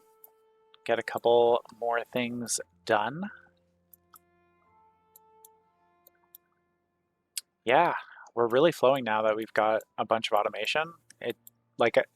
This is the same kind of thing I used to do, but manually before the automation update. But with the automation, it's a lot nicer, let me tell you. Less things to deal with every time there's a drought or if there's a What's the other word I'm looking for? Bad tide. So we're gonna resume this one, and while it's resumed, we will set up automation for our paper mill. Reason why the paper mills are important right now is two different things. One is for our power. For our large windmills, they require paper. And then the other thing is for beehives, which help the folktales make a lot more food out of the same area. You're going to measure paper. Great. Quantity less than 90. Now you're going to be like 85 for now. And you will automate off of it. Great. Okay, let's take a look. 8 jobs, 2 bots. Water's 2.4. Fantastic. Yeah, that's what I figured there. And we are out of bot parts. So we'll resume those, and we're gonna lose a couple beavers off some jobs, which is fine. And yep, just as expected, our injury numbers going up as well. Good, that's open. And you, when you're on, can go back to unlimited now. Also, because we can do it right now, we're gonna demolish that. And we'll demolish that and build a new, another valve here so that we can divert the bad water a little bit more easily. Our little robot beavers running along. Very cool. There we go. Advance that time. Ah, so pretty. Like, look at it all. Just such a pretty game. Had a nice pretty sunset and everything. Great, we have another beaver without a job and we just hit 5K. Oh, yes, so happy. The dandelions are your fave? Cool, we'll do a really nice shot of them in a moment here. So we have a drought approaching. And what we're doing right now is we're just setting it up so that the robots prioritize building bots. Who is stranded? Oh, of course you're stranded. Reminds me of Sid from Ice Age. Yeah, a little bit, eh? This does happen. Sometimes the robots get, not just robots, everybody gets stranded somewhere. Whoops, I did not do that right. Should have built a valve first. That's okay. We'll put super high priority on all of this, and it'll get done really quick. Okay, where's our dandelions? There we go. There's some. Our little dandelions. They're almost bushes. Instead of just like individual dandelions, they're like these big, huge dandelion bushes. And like, this is what I mean about this game. Like, you can tell they had passion for it. Is like, look how close we're zoomed in right now, and it's still pretty. Like, what? And then we come all the way back out, and it stays pretty. Someone put a lot of care into this game. A lot of people did.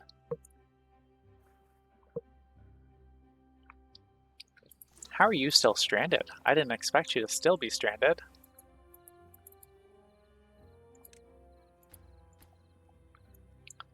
We're not out of... Oh, because we are out of workers at the moment.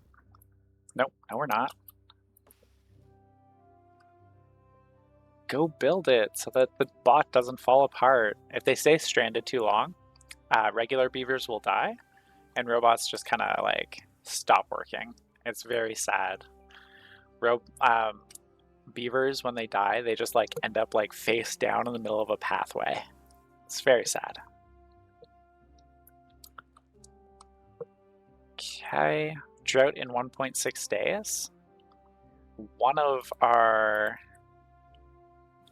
Um, water pumps has paused itself, which is great. Means we're doing really well there. Now we've got some haulers going again. Lots of bot parts are being made. We're probably low on power. Yeah. No, we're a little high on power. We're supplying 3,100 horse and only need 1,000 currently. So nice to see. We're up to 11 bots. Fantastic. I can't wait till we can automate the bots being built. Well, not automate them being built, but get bots building bots. But it's 10,000 science. But as we get more and more bots and they take over more and more jobs, we'll have more beavers to send into the science workplaces. We are approaching the end of our stream for today for Timberborn, but I think we're going to go for a short time more. My goodness, you still didn't get built? How? How did you still not get built? Oh. There we go. Because there was another job that was a higher priority than building things. Put you to normal.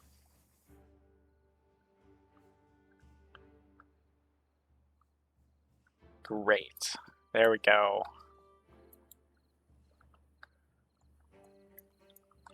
Not paying attention to everything.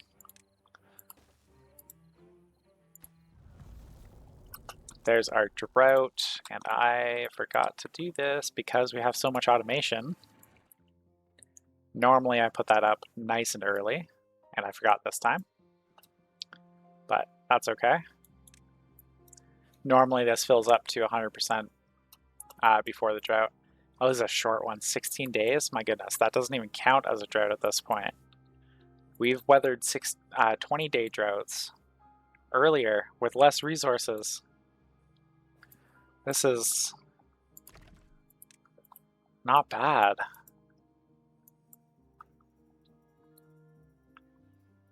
We are low on regular logs, but that's not really a big problem. We have plenty in our groves. We're just being really efficient about turning them into other things. Great, only 4 workplaces for bots are open, and none of them are concerning us. Good. Good. Okay, so while that's doing its thing, I think what we should do is take care of automating this dam right here, because it's the only one that's not actually automated. So I think what we need to do is look at a weather relay.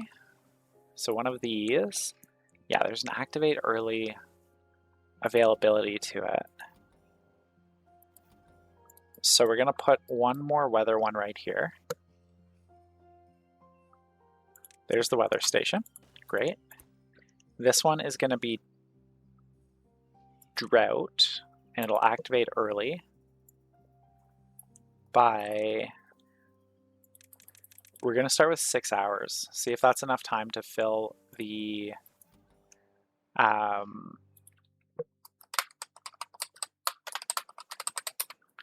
see if that's enough time to fill our irrigation channel with these closing.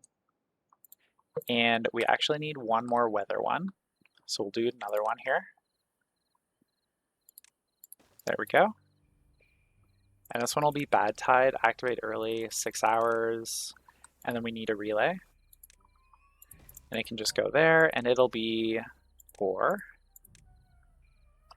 It can be that one, or this one. Do we name it? No, we did not. Early bad tide. There we go. And this is early bad or drought. Grab this. We'll just automate it by clicking. There we go. Off is going to be 0, on is going to be 1. Great. So that's automated. And I think everything, 90% of things are automated. I think the only things that aren't automated currently is our science facility and the farm and the tapper shacks. Everything else is automated except stuff that needs to be on 100% of the time, because like there's no need to turn off. Like the hauling post should never be off. There should always be work happening with the haulers. We really accomplished what we set out to do today for this this little colony. I think we'll let it run for a bit longer here. I've got a little bit more time today, so I think we're going to go a little longer. Just let me check one thing here real quick. And then we'll get right back into it here. There we go.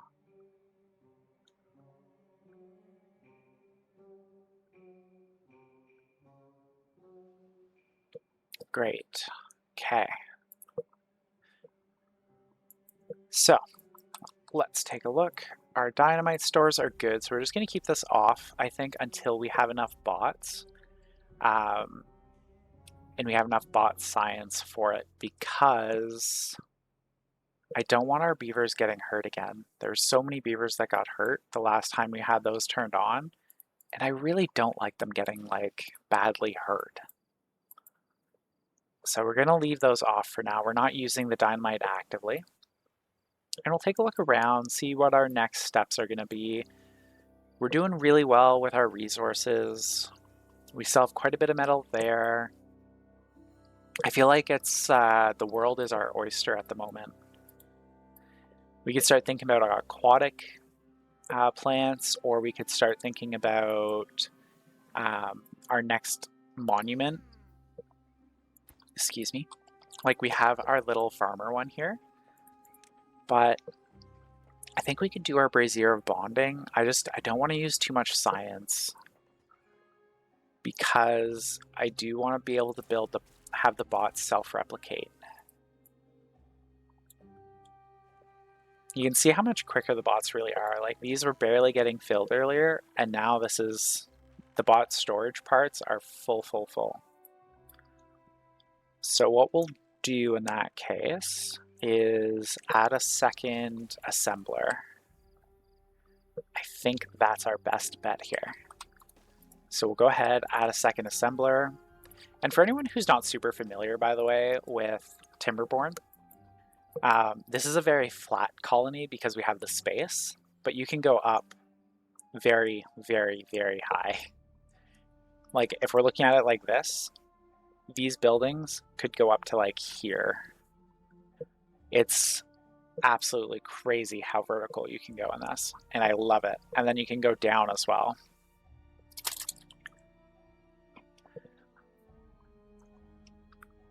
So we'll go a bit longer for sure here, because it's going really well today and I have some time, so why not? Look at them all work away, do their thing. Man, our storages are just filling right up. Yeah, we can definitely get to a point of building some more lodges and expand our beaver population, I think, soon. Just a little bit more, and we will flip this over in, not this, sorry, we'll get more of these. But we really do need to get some more power and power storage. So to do that, we're going to build a suspension bridge right there. Yes, we'll pay the little bit of science cost for it. It's fine.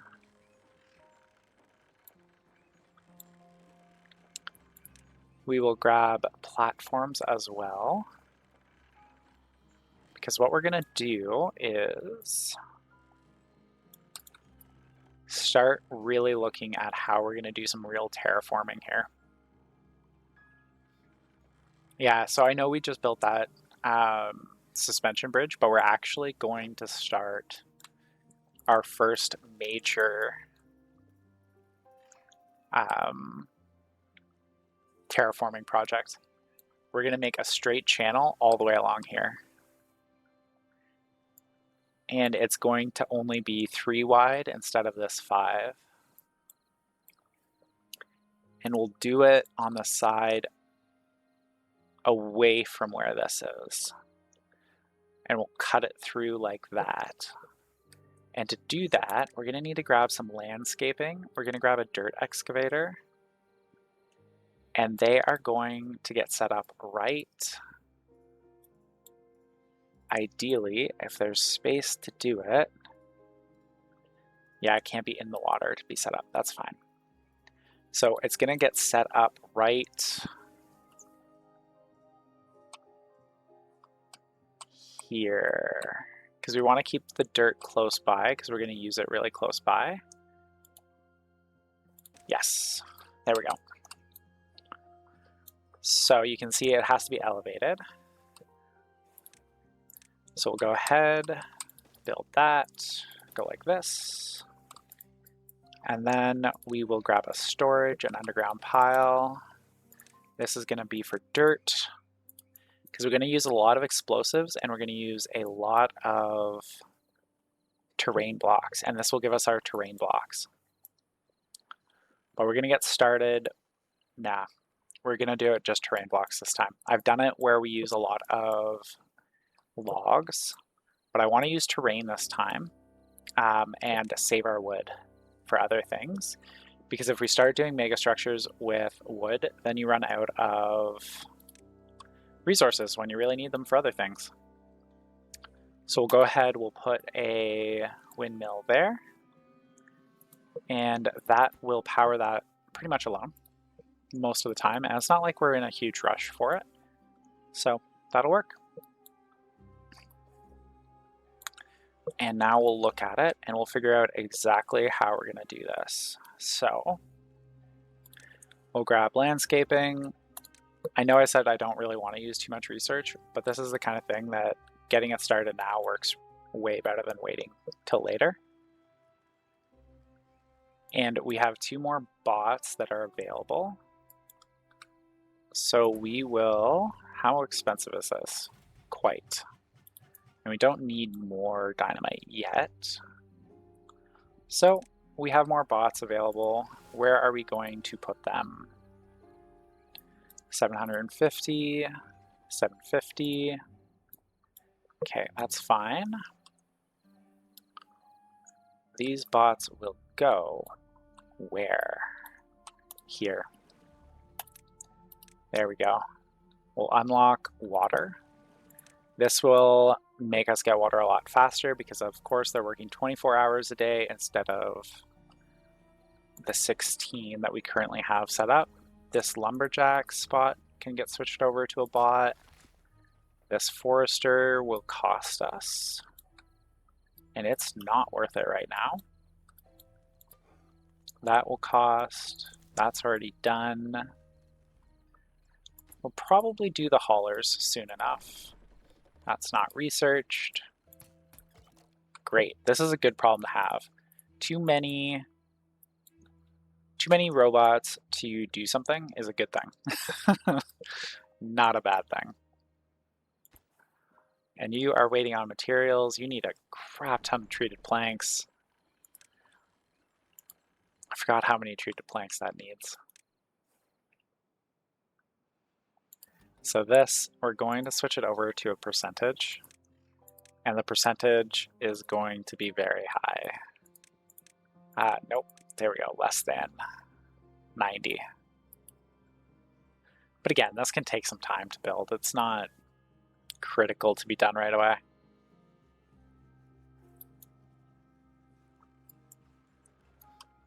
Six more days. Our reservoir is doing fine. Great.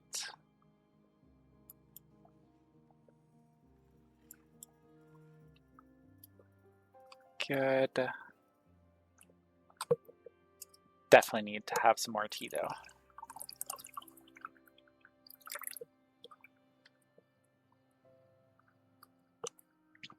Yummy tea.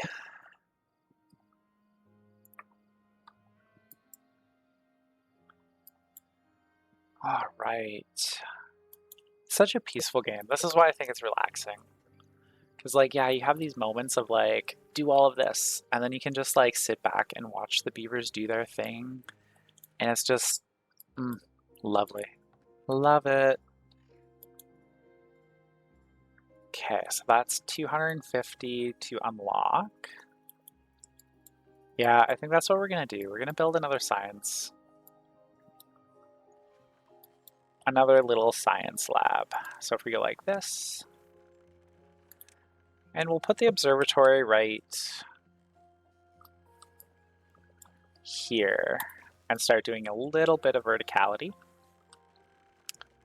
And then we will, great. That does fit over top.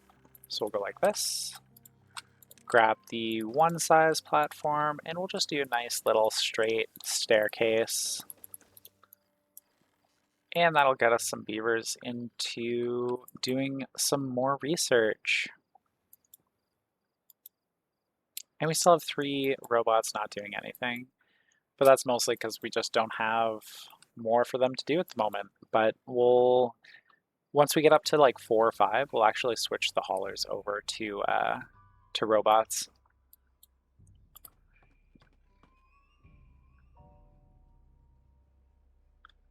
Great. Nice peaceful little drought here. 4 more days left in the 16-day drought. Well, 5, I guess, but that's all right.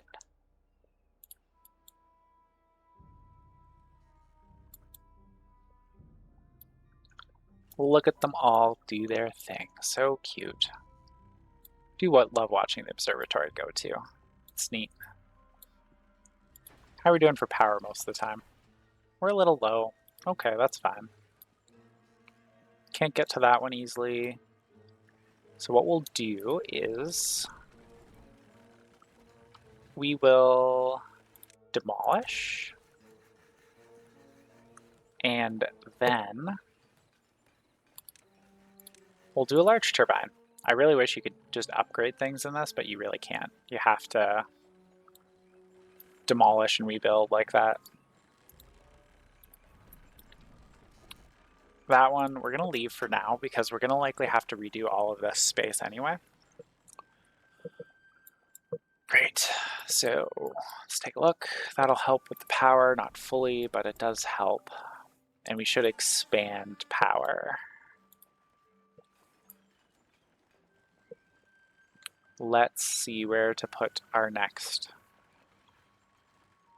turbine. And how close are we? Not getting there. Just very slow, and that's fine. Now we have 5. Wonderful. You are worth switching over.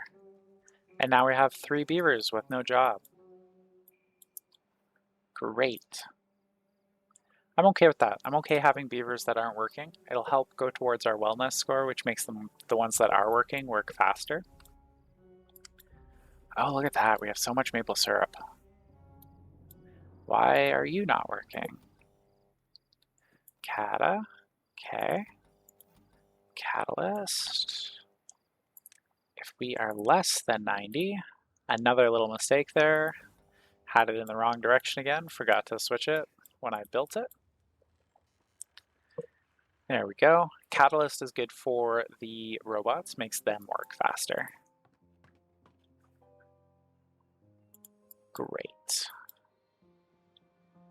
And this is actually going to get a normal priority now. That way, when we come back to our temperate, there will still be robots hauling water as well as actually pumping it. We don't want one or the other anymore. Great. Let's see, 200. So I think our next thing is going to be expanding our woodwork shop facilities because we only have the one at the moment. And did I make a mistake? I think I may have. Yeah, I made a minor mistake. That's okay. So bot shops only transfer power in specific spots on them. So we're probably going to eliminate this line of trees right here. They're at 76%, so we're just gonna say don't plant there again instead of actually demolishing them. Out of power, and what we'll do to deal with the out of power is look around and figure out where we're actually going to put some more power instead of waiting for the things downstream to happen. Nope, nope, nope. You're probably not going to fit there. Let's take a look where you'll fit without making anything bad.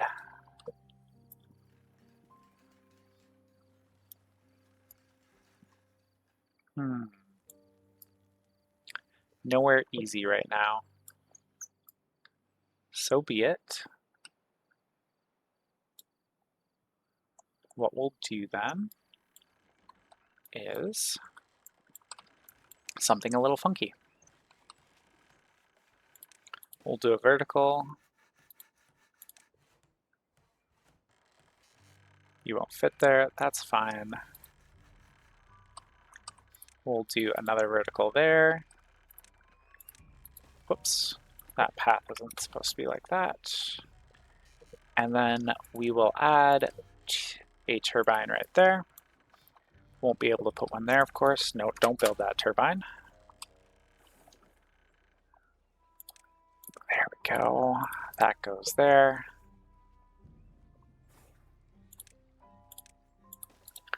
Turbines need 2 full like open spaces between them, so this one won't go there, but it'll go there fine. And we're just gonna lift it up just in case, because we're getting to a point where like having things not on the base level is gonna help us with certain parts of building. Because we are moving into verticality. There goes the drought. So that should open up soon. See, that was easy. Still 1,000 water left at the end of that drought. My goodness, that is fantastic. And that's still good. Lots of maple syrup. Good. Things are going very well. A little low on gears for what I would prefer. But I have a feeling I just have something probably set up wrong. Gear counter and lumber counter. Oh, because I have it above a threshold of 15%. We have to have 15% more planks than we do. We have to have at least 15% in storage of planks to start the gear shops. Otherwise, the gear shops stay off. Because we can't make gears without planks. Which makes total sense, of course.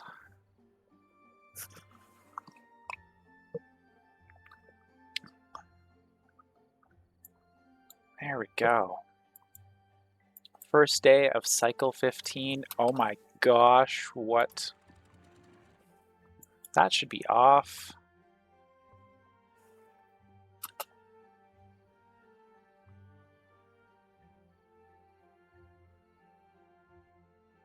That's quite the flood. My goodness. I have something incorrect. There we go.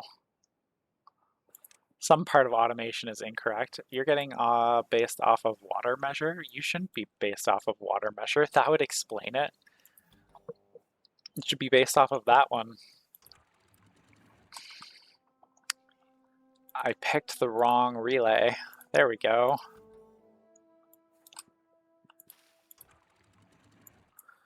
Wrong relay. Massive, massive flood. Ah, that's all right. Great. And you can see only the top one here is actually open, so that this bottom one is closed and the water backs up and fills the reservoir and keeps it higher than it would otherwise. This would normally come down one level here. So that's nice to see it's like that. We have 4 buildings unstaffed, and it's likely something to do with our gears. Yeah, that's kind of what I figured. And our builders, smelter, yeah, that's all fine. So we're unstaffed right now on a bunch of things because of the water pumps. And that's okay.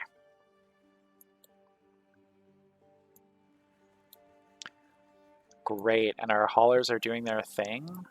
And so now that we have haulers going all over the map and we have builders going all over, the big thing I really like to do is going to our storage and grabbing small tanks. And these small tanks are going to go in several places. We're going to put one up here. Well, not one. We're actually going to do several. We're going to go 1, 2, and 3. And these 3 tanks, it's actually only 2, my bad. These 2 tanks, one is for catalyst, and the other is for biofuel for the beaver robots. And the reason why we're doing that is so that they don't have to go all the way back to the main one just to fill up their fuel. And the other thing we need to do over here, because this is really starting to grow quite a bit, is we need to get a zip line. And so that's why I just deleted that actually as well, is because the zip line's more important to place, and then we'll place the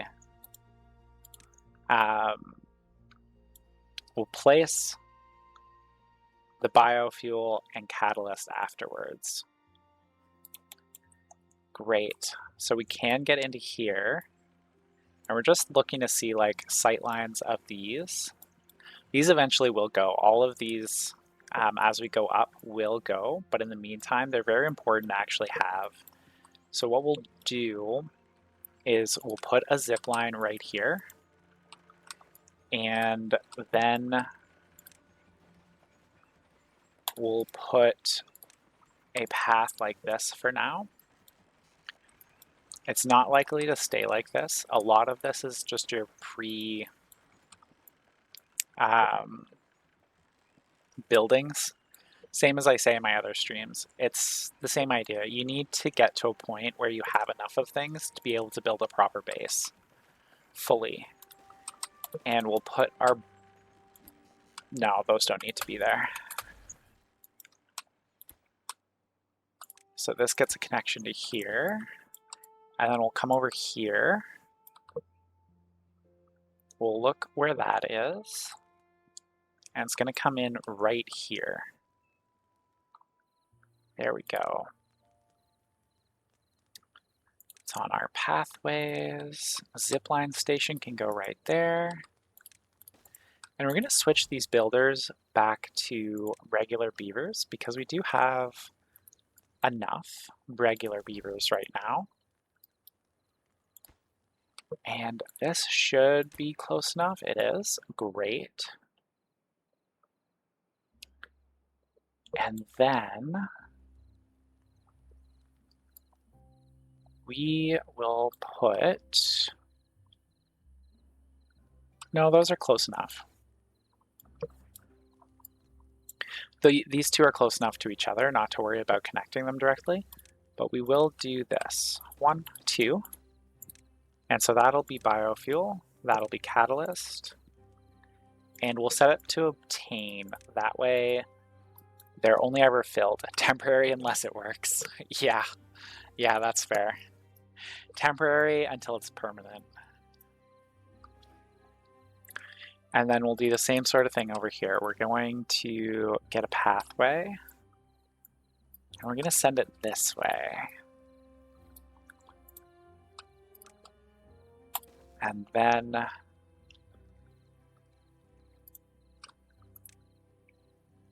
we will go like that.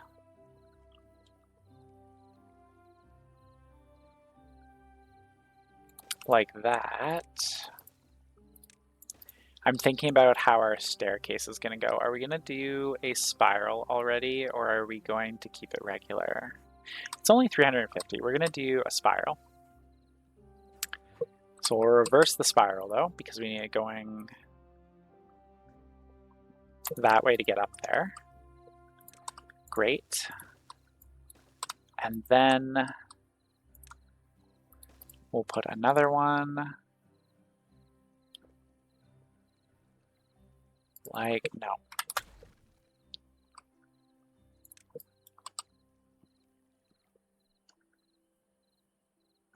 How do we want to do this? We will. We'll do it like this. For now, at least. Probably permanently, let's be honest. It's not going to change. And then we can do catalyst and biofuel. Obtain 3 days to another bad tide. I'm back. Hey there, Angel. Nice to see that you're back. I decided to extend the stream because it's going really well. Our beavers are doing really well. We just finished a 15 or 16 day drought, had 3 good days, and now we're going into another 3-day bad tide. Or, sorry, in 3 days we're going into another bad tide here. Pretty much all the workplaces are automated. We're getting a nice number of bots now. We're up to 25, so that's most of our, that's half again our colony. So it's, you know, we're doing great. Things are going well. Expanding our zipline network here as well. What are we missing?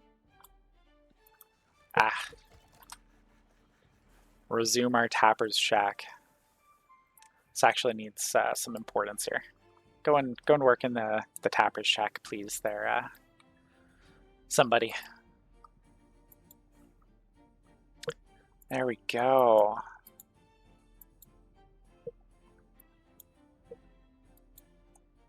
Great. Such a pretty game. Love it.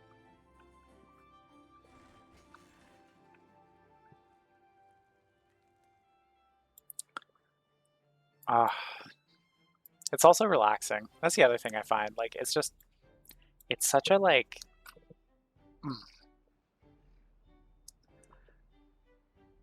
How many babies do we have? 3? Okay. I just want to see if I can't find, there we go. There's baby right there. The little one. I want to, yeah, that is a baby. I want to see if we can't catch it playing patty cake. Whoops, there we go. Cute little thing. Big, huge eyes. Running around.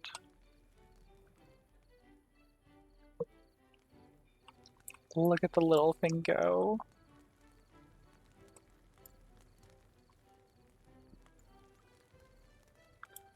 There it is. Went and got some food.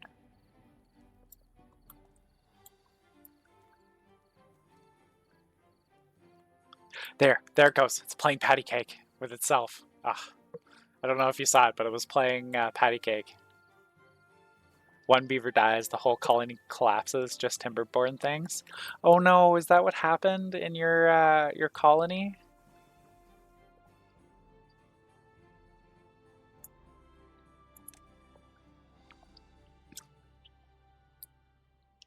We are going to finish up here soon, though, I think, too. I do play Factorio as well. I don't stream it right now, but yes, Factorio. Oh, your poor colony. I play Factorio pretty often. Stationeers, I've been doing a lot of streaming, and I'm doing a tutorial series on it.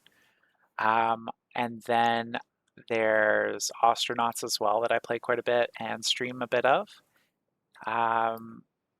Timberborn, of course. Stationeers, Captain of Industry. I've been back and forth as to whether I'll stream it or not.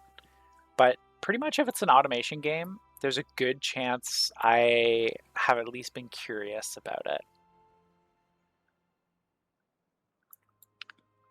There we go. It is about time to start doing another Factorio playthrough, though, to be honest. It's been a bit.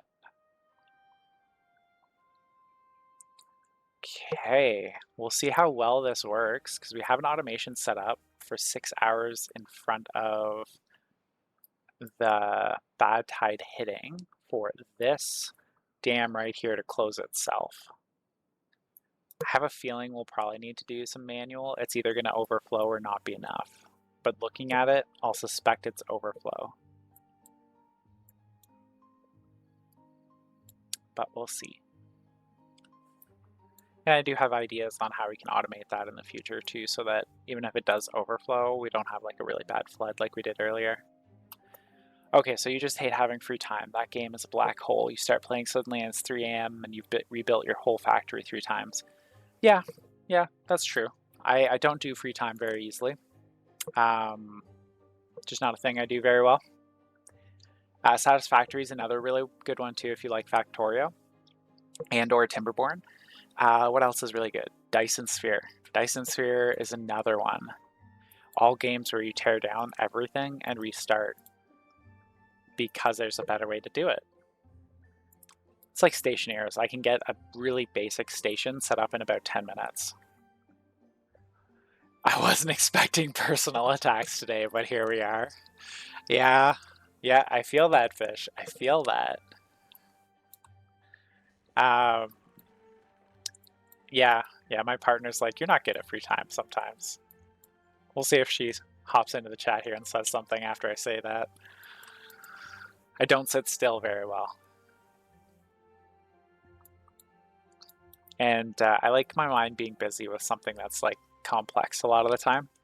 That's why I like these like simulation things and like to find how a system works. Yes, wonderful. Okay, we have 4 bots not doing anything. That's unacceptable. We have 2 beaver jobs that are not being done. Beavers can make their own, the robots can make their own catalyst. And they can also make their own biofuel. Great, there we go. Have you played Timberborn? Have you played the Iron Tales much there, Angel, or Folk Tales only? Do you have a preference?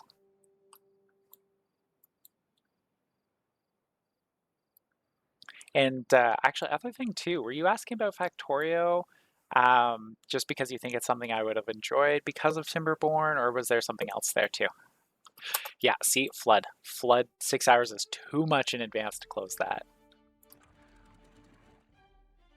Okay, it's 0.1 of a day. We're just gonna accept the flood. We're just gonna accept the flood. It's fine. It's fine. It's fine. Massive flood. Oh, such a big flood. Oh my god. There we go. Okay, so we're just gonna come over here, this one, and we're gonna bring it down to 3 hours. Oh, what a flood, but that's okay.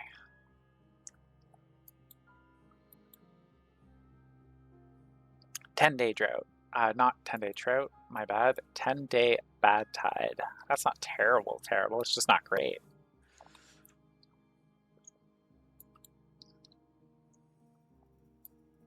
Okay, and we're getting some flooding over there, it looks like. Which makes sense, we still have this water flowing, right? So we really should add an automation over here too. I switch back and forth personally, but I totally respect both. They are just different. And you know what we'll do at the end of this stream, actually, before we go and do a raid, is I will show off some of my other saves if they'll load and don't break because of the updates. I think that might be a fun thing to do.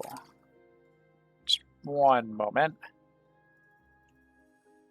Great. Sorry, just making sure I don't have something I need to run off to here. And I don't. So we will take a look in a few moments. You know what, actually, I'm kind of starting to feel like we're done here. So for today, things worked well. So we're gonna give this one a save. Save it. And we'll go take a look at a couple of my old saves. So let's see. Nope. This one is probably the first one recently that I won on, and it was with Folktales. So we'll take a look at it, see some interesting, fun things real quick. There we go.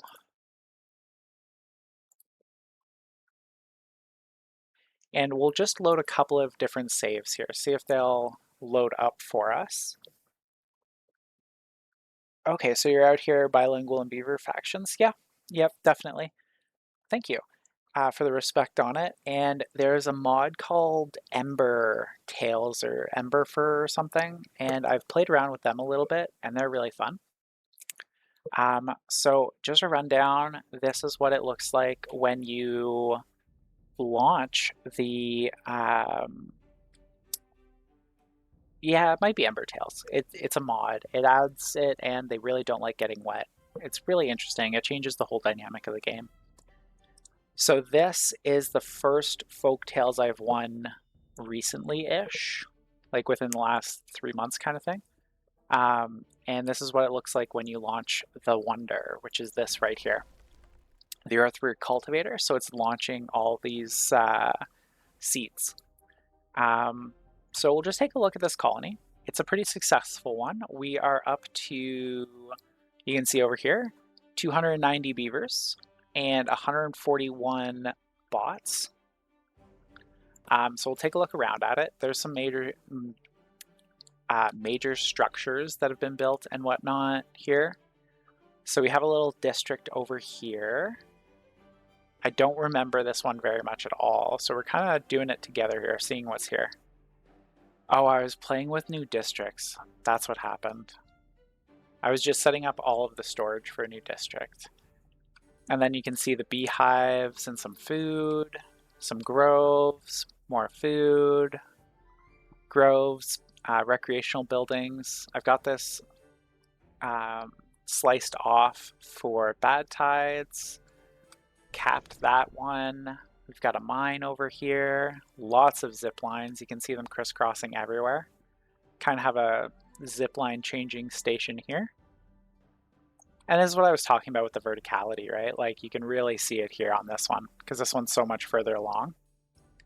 And you can see the gravity batteries getting way up there in the sky, like I was talking about. We've got a major reservoir here, here, and here. This right here is all set up to send bad water this way so that we don't have to deal with it in our reservoirs. And yeah, that's what a really advanced Folktales looks like. And of course, we've got that main channel coming down the center. And you can kind of see like where I'm expecting it to look like now that you've seen this one. But yeah, so that's an advanced Folktales one. We'll load up another one here if you want. Let's take a look. That did not go well. We'll grab a couple of good ones. You didn't just play Timberborn, you married it, had kids with it, and built a dam together. Just wait. Just wait. A bunch of these are just like random saves. So this is an Ironborn save. This Ironborn, wrong word. Iron Tails one. Iron Teeth one. Goodness. Getting names all mixed up together here. So this is an Iron Teeth one. Again, I won with this one. And yeah, wait till I show you the Oasis one that I did. That one is, it puts all of my other mega structures to shame, to be honest with you. It's wild. Like it's absolutely wild what I did in that one. Just gotta wait for it to load here. These are the really big saves, so they take a few moments to load. But I think it's worth it if you like seeing these cool things from them. Yeah, yeah, I'm curious what you're gonna come at me with next after you see the really big one. Net issues, maybe? No, it's the size of the save. Look at this one. We've got 432 iron-born adults, 14 babies, and 205 bots. Once you get over 500, things start slowing down. That is the main reason for districts.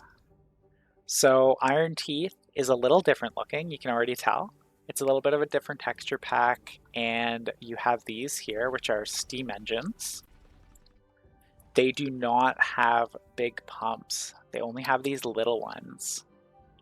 So you need a lot more of them. They also have, where is it? That's it. Large water wheels. So these create a lot more power than the water wheels with the folktails. Their housing looks totally different. And instead of having zip lines, they have these tubeways. And you can get all over the place with them. It's really cool what you can do with tubeways. And you can see this, okay? This is wild. This is one of my favorite ones. You're gonna make me shy for real? Oh, don't be shy, it's okay. It really is okay. I made Das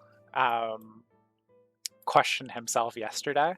He did a raid into my channel when I was playing Stationeers, and when he heard how long I'd been playing, he's like, oh my gosh.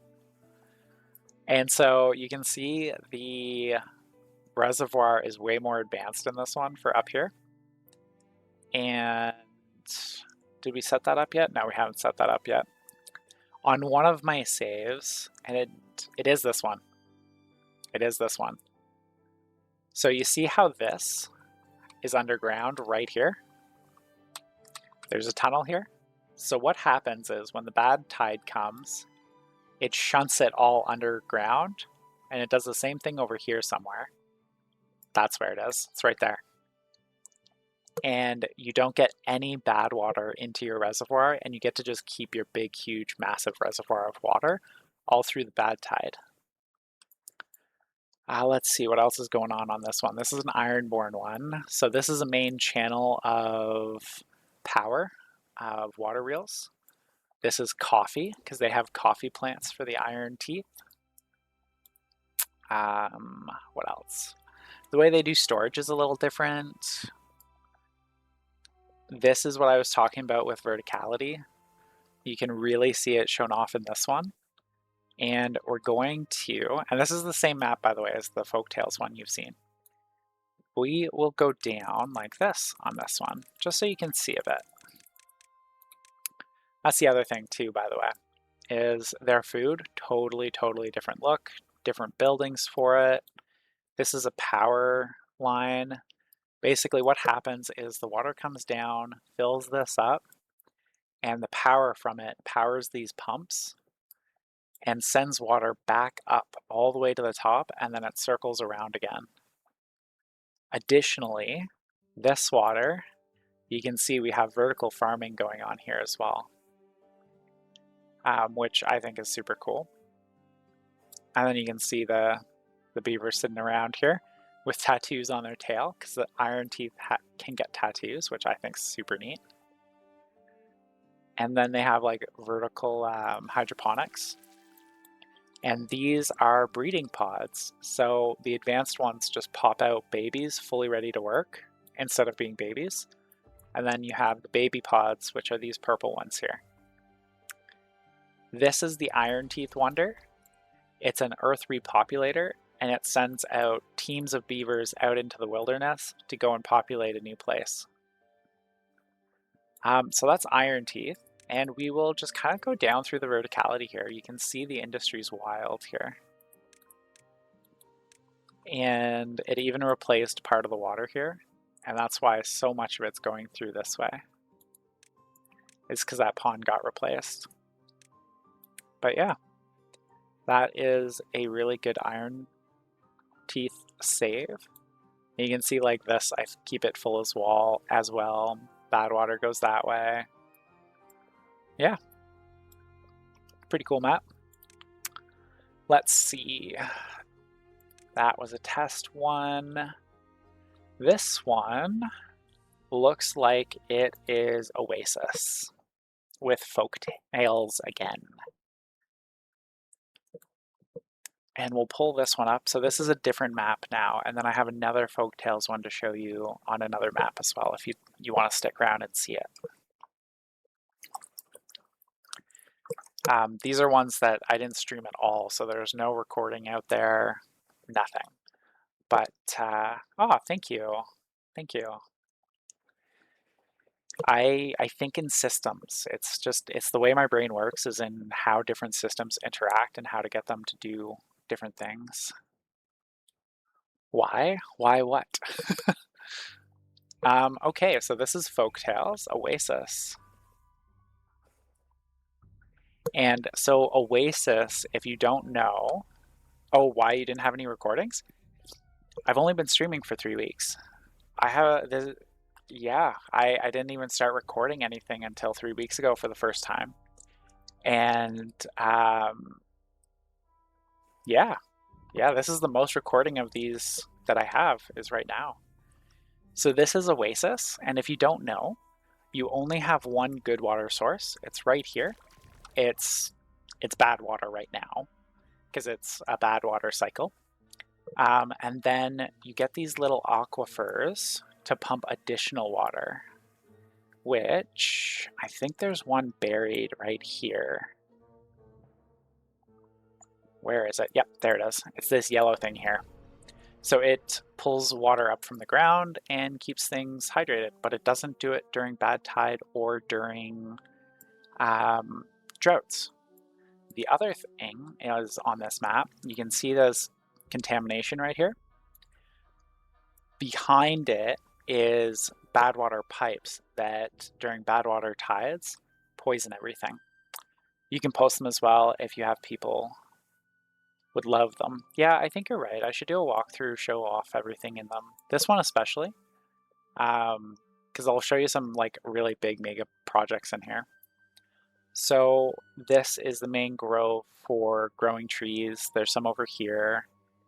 And now we're going to look at how some of these mega projects work. You can see the lines of crisscrossed zip lines everywhere and the massive water storage, 29,000 water storage. So this map also has geothermal vents, and this is what I was talking about today a little bit with the bots, where you have your tanks full of biofuel and catalyst, and then eventually we'll add punch cards on the other save as well. And that's a mine right there. So this map, this doesn't exist.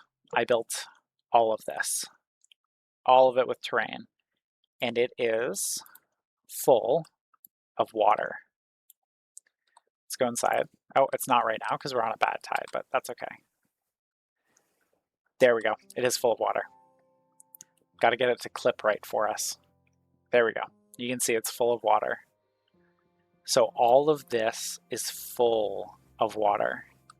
And there's an aquifer underneath here, and it pumps water up into here and puts it into here. And the water doesn't flow this way, down through there. What it does is, we'll go down so you can see all the water. So these are the aquifer markings. This is our central little pond that we were talking about. And then if we come up here, this channel provides water to everything. So all those big reservoirs we were just looking at go into here and over here. And if we come back to the surface, they provide irrigation for everything here. For all the food, for all the trees, absolutely everything. And then, if we look over here, underneath this is, give it a second here, even more that I've been doing of blowing stuff up and then rebuilding here and doing vertical farming, and this is all water plants. And going one more down, this is the main irrigation channel for all of it. And then we're working on doing something similar over here as well when I stopped playing this save, which was a while ago. But yeah. And one last map for you. Uh, this one. So this map is absolutely tiny. You should be an engineer. Yeah, I thought about it when I was younger, but that's a lot more school these days than I have the money or time for, and not because I play games. It's mainly money. All right, so this is diagram. You can see how tiny this map is. Not diagram, it's diorama. It's absolutely tiny, and you can really see the verticality come through here as well. We've got vertical water farming. We have full vertical farms here going on. We're blasting out parts underground to build things. And this is Folktales again, but yeah, absolutely tiny map. Only one good water source, one bad water source. And yeah, Canadian people haven't utilized you. Fair enough. I am ex-military, so I do think they did get their utilization out of me, if you will. But yeah. So that is all of my different decent saves that I have currently for Timberborn. And we're going to call it a day for Timberborn. And likely, they're fab. Thanks so much, Angel. I really appreciate it. And if you do get your two friends there that you were mentioning about, that'll push us over. Alien resident time. So Bio's my partner, and we're gonna go watch some Alien Resident. It's a really good show. It's with Alan Tudyk, and we've been binge watching it recently. So we're gonna go do that today. Maybe I'll play some harp this afternoon actually as well. It's over here. It's been a little bit, so have you checked my work also? No, I haven't. Not while I was playing, but I will do it after the stream here in a few minutes. We're just going to get a raid set up here. Oh, look, Das is playing something. I'm not sure what he's playing exactly at the moment, but I do like watching him. So we're going to hop into him and do a raid. And of course, fish. You know who Das is. Yeah, thanks for being here again, Fish. Perfect, Angel. I will message you about it, I promise. Um, Thanks for saying hi to Bio there, Fish. She'll like that. So we'll hop into DAS's here. I have no idea what this game is. Frontline Logistics. But he is a great streamer. He rated me yesterday. And yeah, I do enjoy his streams. So we'll start the raid here. And we'll be going in a little less than 10 seconds. 5, 4, 3. And thank you, everybody. I appreciate it. 2, 1.